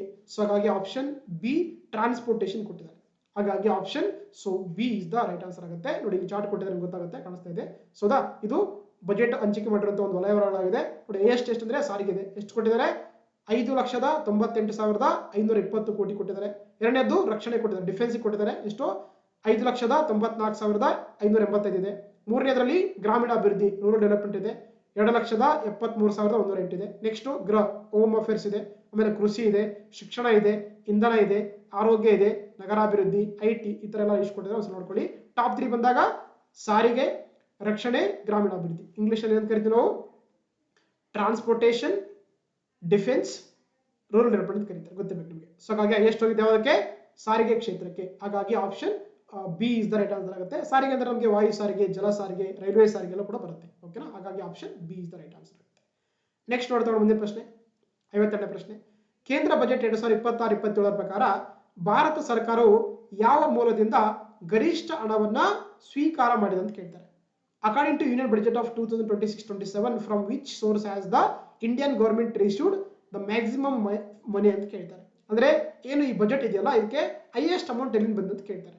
ಸೊ ಹಾಗಾಗಿ ಏನಂದ್ರೆ ನೋಡಿ ಏನು 2026 ಬಜೆಟ್ ಏನಂದ್ರೆ ಎಲ್ಲಿಂದ ಬಂದ ಹೈಯೆಸ್ಟ್ ಅಮೌಂಟ್ ಅಂದ್ರೆ ಅದು ಸಾಲಗಳು ಮತ್ತು ಇತರ ಹೊಣೆಗಾರಿಕೆಗಳಿಂದ ಬಂದಿದೆ. ಅಂದ್ರೆ ಬಾರೋಯಿಂಗ್ಸ್ ಅಂಡ್ ಅದರ್ ಲೈಬಿಲಿಟೀಸ್ ಮುಖಾಂತರ ಆಕ್ಚುಲಿ ಬಜೆಟ್ಗೆ ಹೆಚ್ಚಿನ ಗಾತ್ರದಲ್ಲಿ ಹಣವನ್ನ ಏನ್ ಮಾಡಿದರೆ ಸ್ವೀಕಾರ ಮಾಡಿದ್ದಾರೆ. ಹಾಗಾಗಿ option A is the right answer ಆಗಿದೆ. ಓಕೆ, ಇಲ್ಲೊಂದ್ಸಲ ನೋಡಿ ಗೊತ್ತಾಗುತ್ತೆ ಚಾರ್ಟ್ ನಿಮಗೆ. ನೋಡಿ ಇದನ್ನ ನೋಡಿ ಏನಂದ್ರೆ ನಾ ಟೋಟಲಿ ಬಜೆಟ್ ಅನ್ನ ₹1 ಅಂತ ತಗೋಣ. ₹1 ಹೇಗೆ ಜಮಾ ಮಾಡಿದ್ರೆ ನೋಡ್ತಾ ನೋಡಿ, 24 ಪೈಸೆ ಏನ್ ಮಾಡಿದ್ದಾರೆ ಅಂತ ನೋಡಿ ಸಾಲ ತಗೊಂಡಿದ್ದಾರೆ. ಸಾಲದಿಂದ ಆಕ್ಚುಲಿ ₹1 ಬಜೆಟ್ಗೆ ಹಾಕೊಂಡಿದ್ದಾರೆ. ಸೆಕೆಂಡ್ ಪ್ಲೇಸ್ ಅಲ್ಲಿ ಯಾವ್ದಿದೆ ನೋಡಿ, ಫಸ್ಟ್ ಸಾಲ ಇದೆ, ಎರಡನೇದು ಆದಾಯ ತೆರಿಗೆ ಇನ್ಕಮ್ ಟ್ಯಾಕ್ಸ್ ಇಂದ ಎಷ್ಟು ಬಂದಿದೆ, 21 ಪೈಸೆ ಬಂದಿದೆ. ನೆಕ್ಸ್ಟ್ ಕಾರ್ಪೊರೇಟ್ ಟ್ಯಾಕ್ಸ್ ಇಂದ 18 ಪೈಸೆ ಬಂದಿದೆ. GST ತರ ತೆರಿಗೆಗಳಿಂದ 15 ಪೈಸೆ ಬಂದಿದೆ. ತೆರಿಗೆತರ ಆದಾಯದಿಂದ ಅಂದ್ರೆ ನಾನ್ ಟ್ಯಾಕ್ಸ್ ರೆವಿನ್ಯೂ ಎಷ್ಟು ಬಂದಿದೆ, 10 ಪೈಸೆ ಬಂದಿದೆ. ಅದೇ ರೀತಿ ಕೇಂದ್ರ ಅಬಕಾರಿ ಸುಂಕದಿಂದ ಎಷ್ಟು ಬಂದಿದೆ, 6 ಪೈಸೆ ಬಂದಿದೆ. ಕಸ್ಟಮ್ಸ್ ಸುಂಕದಿಂದ ಎಷ್ಟು ಬಂದಿದೆ, 4 ಪೈಸೆ ಬಂದಿದೆ. ಆಮೇಲೆ ಸಾಲಯೇತರ ಮಂಡಳಿಯಿಂದ 2 ಪೈಸೆ ಬಂದಿದೆ. ಸೊ ಹಾಗಾಗಿ ಈ ತರ ಅಂದ್ರೆ ಆಕ್ಚುಲಿ ಬಜೆಟ್ಗೆ ₹1 ತರ ಅಮೌಂಟ್ ಅನ್ನ ಕಲೆಕ್ಟ್ ಮಾಡ್ತಾ ಹೋಗಿದ್ದಾರೆ. ಹೈಯೆಸ್ಟ್ ಬಂದು ಯಾವ್ದಂದ್ರೆ ನೋಡಿ, ಯಾವ್ದಿದೆ ಹೈಯೆಸ್ಟ್ ಬಂದು ಬಾರೋಯಿಂಗ್ಸ್ ಅಂಡ್ ಲೈಬಿಲಿಟೀಸ್ ಇದೆ. ಸೆಕೆಂಡ್ ಪ್ಲೇಸ್ ಇರೋದು ಯಾವುದು ಇನ್ಕಮ್ ಟ್ಯಾಕ್ಸ್ ಇದೆ. ಮೂರನೇ ಪ್ಲೇಸ್ ಇರೋದು ಕಾರ್ಪೊರೇಷನ್ ಟ್ಯಾಕ್ಸ್ ಇಂದ ಬಂದಿದೆ. ನಾಲ್ಕನೇದರಲ್ಲಿ GST ಅಂಡ್ ಅದರ್ ಟ್ಯಾಕ್ಸಸ್ ಬಂದಿರೋದು.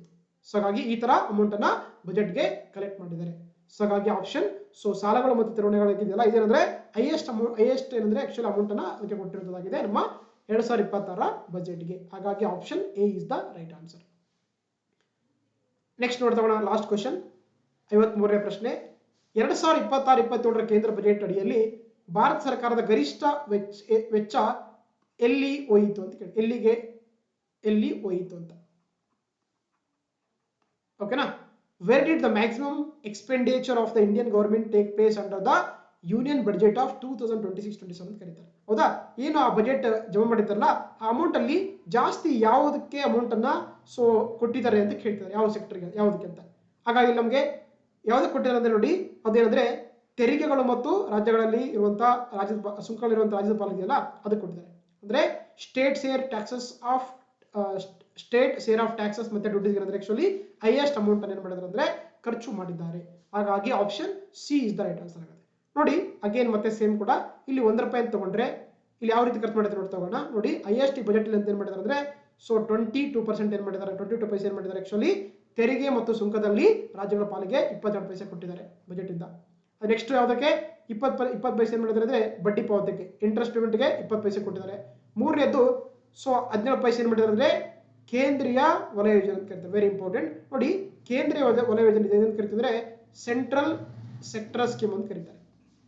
ಅಂದ್ರೆ ಇದಕ್ಕೆ ಏನ್ ಮಾಡುತ್ತೆ, ಸೆಂಟ್ರಲ್ ಗವರ್ಮೆಂಟ್ 100% ಫಂಡ್ ಹಾಕುತ್ತೆ. ಅದನ್ನ ನಾವೇನ್ ಕರಿತೀವಿ, ಕೇಂದ್ರೀಯ ವಲಯ ಯೋಜನೆ ಅಂತ ಕರೀತಾರೆ. ಈಗ ಫಾರ್ ಎಕ್ಸಾಂಪಲ್ ಬಂದ್ರೆ ನೋಡಿ, ಪ್ರಧಾನ ಮಂತ್ರಿ ಕಿಸಾನ್ ಸಮ್ಮಾನ್ ನಿಧಿ ಯೋಜನೆ ಇದೆಯಲ್ವಾ, ಏನ್ ಮಾಡ್ತಾರೆ ಪ್ರತಿ ವರ್ಷ ರೈತರಿಗೆ ಏನಂದ್ರೆ ₹6,000 ಹಾಕ್ತಾರೆ. ಪ್ರತಿ ವರ್ಷಕ್ಕೆ ಏನ್ ಮಾಡ್ತಾರೆ ಅಂದ್ರೆ 3 ತಿಂಗಳಿಗೊಮ್ಮೆ ಏನಾಗ್ತಾರೆ ರೈತರಿಗೆ 4 ತಿಂಗಳು ಏನಾಗ್ತಾರೆ ಅಂದ್ರೆ ರೈತರಿಗೆ ₹2,000 ಹಾಕ್ತಾರೆ. ಸೊ ಹಾಗಾಗಿ ಈ ಪ್ರಧಾನ ಮಂತ್ರಿ ಕಿಸಾನ್ ಸಮ್ಮಾನ್ ನಿಧಿ ಇದೆಯಲ್ಲ ಇದೇನಂದ್ರೆ ಒಂದು ಸೆಂಟ್ರಲ್ ಸೆಕ್ಟರ್ ಸ್ಕೀಮ್ ಅಂತ ಕರೀತಾರೆ. ಇದಕ್ಕೆ ಎಲ್ಲ ಅಮೌಂಟ್ ಕೂಡ ಹಾಕೋದಿಲ್ಲ ಅಂತಂದ್ರೆ ಅದು ಸೆಂಟ್ರಲ್ ಗವರ್ಮೆಂಟ್ ಆಗಿರುತ್ತೆ. ಅದೇ ರೀತಿ ಇನ್ನೊಂದು ಇದೆ ನೋಡಿ, ಹೌದಾ 8 ಪೈಸೆಯಲ್ಲಿ ಕೊಡೋದಂದ್ರೆ ಕೇಂದ್ರ ಪ್ರಾಯೋಜಿತ ಯೋಜನೆಗಳು ಅಂತ ಕರೀತಾರೆ. ಇದು ನಾವು ಸೆಂಟ್ರಲಿ ಸ್ಪಾನ್ಸರ್ಡ್ ಸ್ಕೀಮ್ ಅಂತ ಕರೀತಾರೆ. ಇಲ್ಲೇನಾಗಿರುತ್ತೆ ನೋಡಿ, ಇಲ್ಲೇನಾಗಿರುತ್ತೆ ಅಂದ್ರೆ ಕೇಂದ್ರ ಸರ್ಕಾರ ಕೂಡ ಫಂಡ್ ಮಾಡುತ್ತೆ, ಅದೇ ರೀತಿ ಕೂಡ ಸ್ಟೇಟ್ ಕೂಡ ಫಂಡ್ ಆಗುತ್ತೆ. ಈಗ ಫಾರ್ ಎಕ್ಸಾಂಪಲ್ ಅಂದ್ರೆ ನೋಡಿ 50-50 ಇರಬಹುದು, ಅಥವಾ 60% ಸೆಂಟರ್ ಹಾಕಿದ್ರೆ 40% ಸ್ಟೇಟ್ ಹಾಕುತ್ತೆ. ಅದೇ ರೀತಿ ಯಾವ್ದಾದ್ರು ಇಲ್ಲೂ ಸ್ಟೇಟ್ಗಳಿದ್ರೆ 90% ಅಮೌಂಟ್ ಅನ್ನ ಸೆಂಟರ್ ಹಾಕುತ್ತೆ, 10% ಅಮೌಂಟ್ ಅನ್ನ ಸ್ಟೇಟ್ ಹಾಕುತ್ತೆ. ಅದನ್ನ ಕರಿತೀವಿ ನಾವು ಸೆಂಟ್ರಲಿ ಸ್ಪಾನ್ಸರ್ಡ್ ಸ್ಕೀಮ್ ಅಥವಾ ಕೇಂದ್ರ ಪ್ರಾಯೋಜಿತ ಯೋಜನೆ ಅಂತ ಕರೀತಾರೆ. ಎಕ್ಸಾಂಪಲ್ ಅಂದ್ರೆ ನೋಡಿ MG ನರೇಗಾ ಗೊತ್ತಲ್ವಾ, Mahatma Gandhi national rural employment guarantee act ಇದೆಯಲ್ಲ, ಇದೇನಂದ್ರೆ ಒಂದು ಸೆಂಟ್ರಲಿ ಸ್ಪಾನ್ಸರ್ಡ್ ಸ್ಕೀಮ್ ಆಗಿದೆ ಅಂತ. ಓಕೆನಾ? ಹಾಗಾಗಿ ಈ ತರ ಬರ್ತಾ ಹೋಗುತ್ತೆ ನೋಡಿ. ಹೈಯೆಸ್ಟ್ ಹೋಗಿದ್ದು ಎಲ್ಲಿಗೆ ಅಂತಂದ್ರೆ ಸ್ಟೇಟ್ ಶೇರ್ ಆಫ್ ಟ್ಯಾಕ್ಸ್ಗೆ 20 ಪೈಸೆ ಕೊಟ್ಟಿದ್ದಾರೆ. ಸೆಕೆಂಡ್ ಹೈಯೆಸ್ಟ್ ಇಂಟ್ರೆಸ್ಟ್ ಪೇಮೆಂಟ್ಗೆ 20 ಪೈಸೆ ಕೊಟ್ಟಿದ್ದಾರೆ. Third highest central sector scheme ಕೊಟ್ಟಿದ್ದಾರೆ 17 ಪೈಸೆ. ಆಮೇಲೆ ನೆಕ್ಸ್ಟ್ ಸೆಂಟ್ರಲ್ ಸ್ಪಾನ್ಸರ್ಡ್ ಸ್ಕೀಮ್ಗೆ 8 ಪೈಸೆ ಕೊಟ್ಟಿದ್ದಾರೆ. ಫೈನಾನ್ಸ್ ಕಮಿಷನ್ ಅದರ್ ಟ್ರಾನ್ಸ್ಫರ್ಗೆ 7 ಪೈಸೆ ಕೊಟ್ಟಿದ್ದಾರೆ. ಈ ತರ ಕೊಟ್ಟಿದ್ದಾರೆ. ಓಕೆನಾ? ಹೈಯೆಸ್ಟ್ ಹೋಗಿದ್ದು ಯಾವ್ದಾದ್ರೆ ಅದು ಸ್ಟೇಟ್ ಶೇರ್ ಆಫ್ ಟ್ಯಾಕ್ಸಸ್ಗೆ ಕೊಟ್ಟಿದ್ದಾರೆ. ಓಕೆನಾ? ಹಾಗಾಗಿ option C is the right answer ಆಗುತ್ತೆ. ಓಕೆ, ಇದಿಷ್ಟು ನಮ್ಮ ಯೂನಿಯನ್ ಬಜೆಟ್ ಸಂಬಂಧಪಟ್ಟಂತ ಸುಮಾರು 53 ಪ್ರಶ್ನೆಗಳನ್ನ ವೆರಿ ಇಂಪಾರ್ಟೆಂಟ್ ಕ್ವಶನ್ಗಳನ್ನ ಡಿಸ್ಕಸ್ ಮಾಡಿದ್ದೀನಿ. ಈ ಒಂದು ಕ್ಲಾಸ್ ನಿಮ್ಗೆ ಇಷ್ಟ ಆಗಿದ್ರೆ ದಯವಿಟ್ಟು ನನ್ನ ಚಾನಲ್ ಸಬ್ಸ್ಕ್ರೈಬ್ ಮಾಡಿ, ನಿಮ್ಮ ಫ್ರೆಂಡ್ಸ್ಗೆ ಶೇರ್ ಮಾಡಿ. ಏನೇ ಡೌಟ್ಸ್ ಇದ್ರೂ ಕೂಡ ಕಾಮೆಂಟ್ ಬಾಕ್ಸ್ ಅಲ್ಲಿ ಕಮೆಂಟ್ ಮಾಡಿ. ಓಕೆನಾ? ಸೊ ದಯವಿಟ್ಟು ನನಗೆ ಈ ಒಂದು ವಿಡಿಯೋಗೆ ನಿಮ್ಮ ತುಂಬಾ ಸಪೋರ್ಟ್ ಮಾಡಿ, ಲೈಕ್ ಮಾಡಿ, ಕಾಮೆಂಟ್ ಮಾಡಿ. ಓಕೆನಾ? So thank you. ಮತ್ತೆ ಮುಂದಿನ ಸಿಗ್ತೋಣ. ನಿಮಗೆ ಏನಾದ್ರು PDF ಬೇಕಾದ್ರೆ ಪ್ಲೀಸ್ ಕಾಂಟ್ಯಾಕ್ಟ್ ದಿಸ್ ನಂಬರ್ ಅಂತ. Okay, thank you. See you next class. Bye.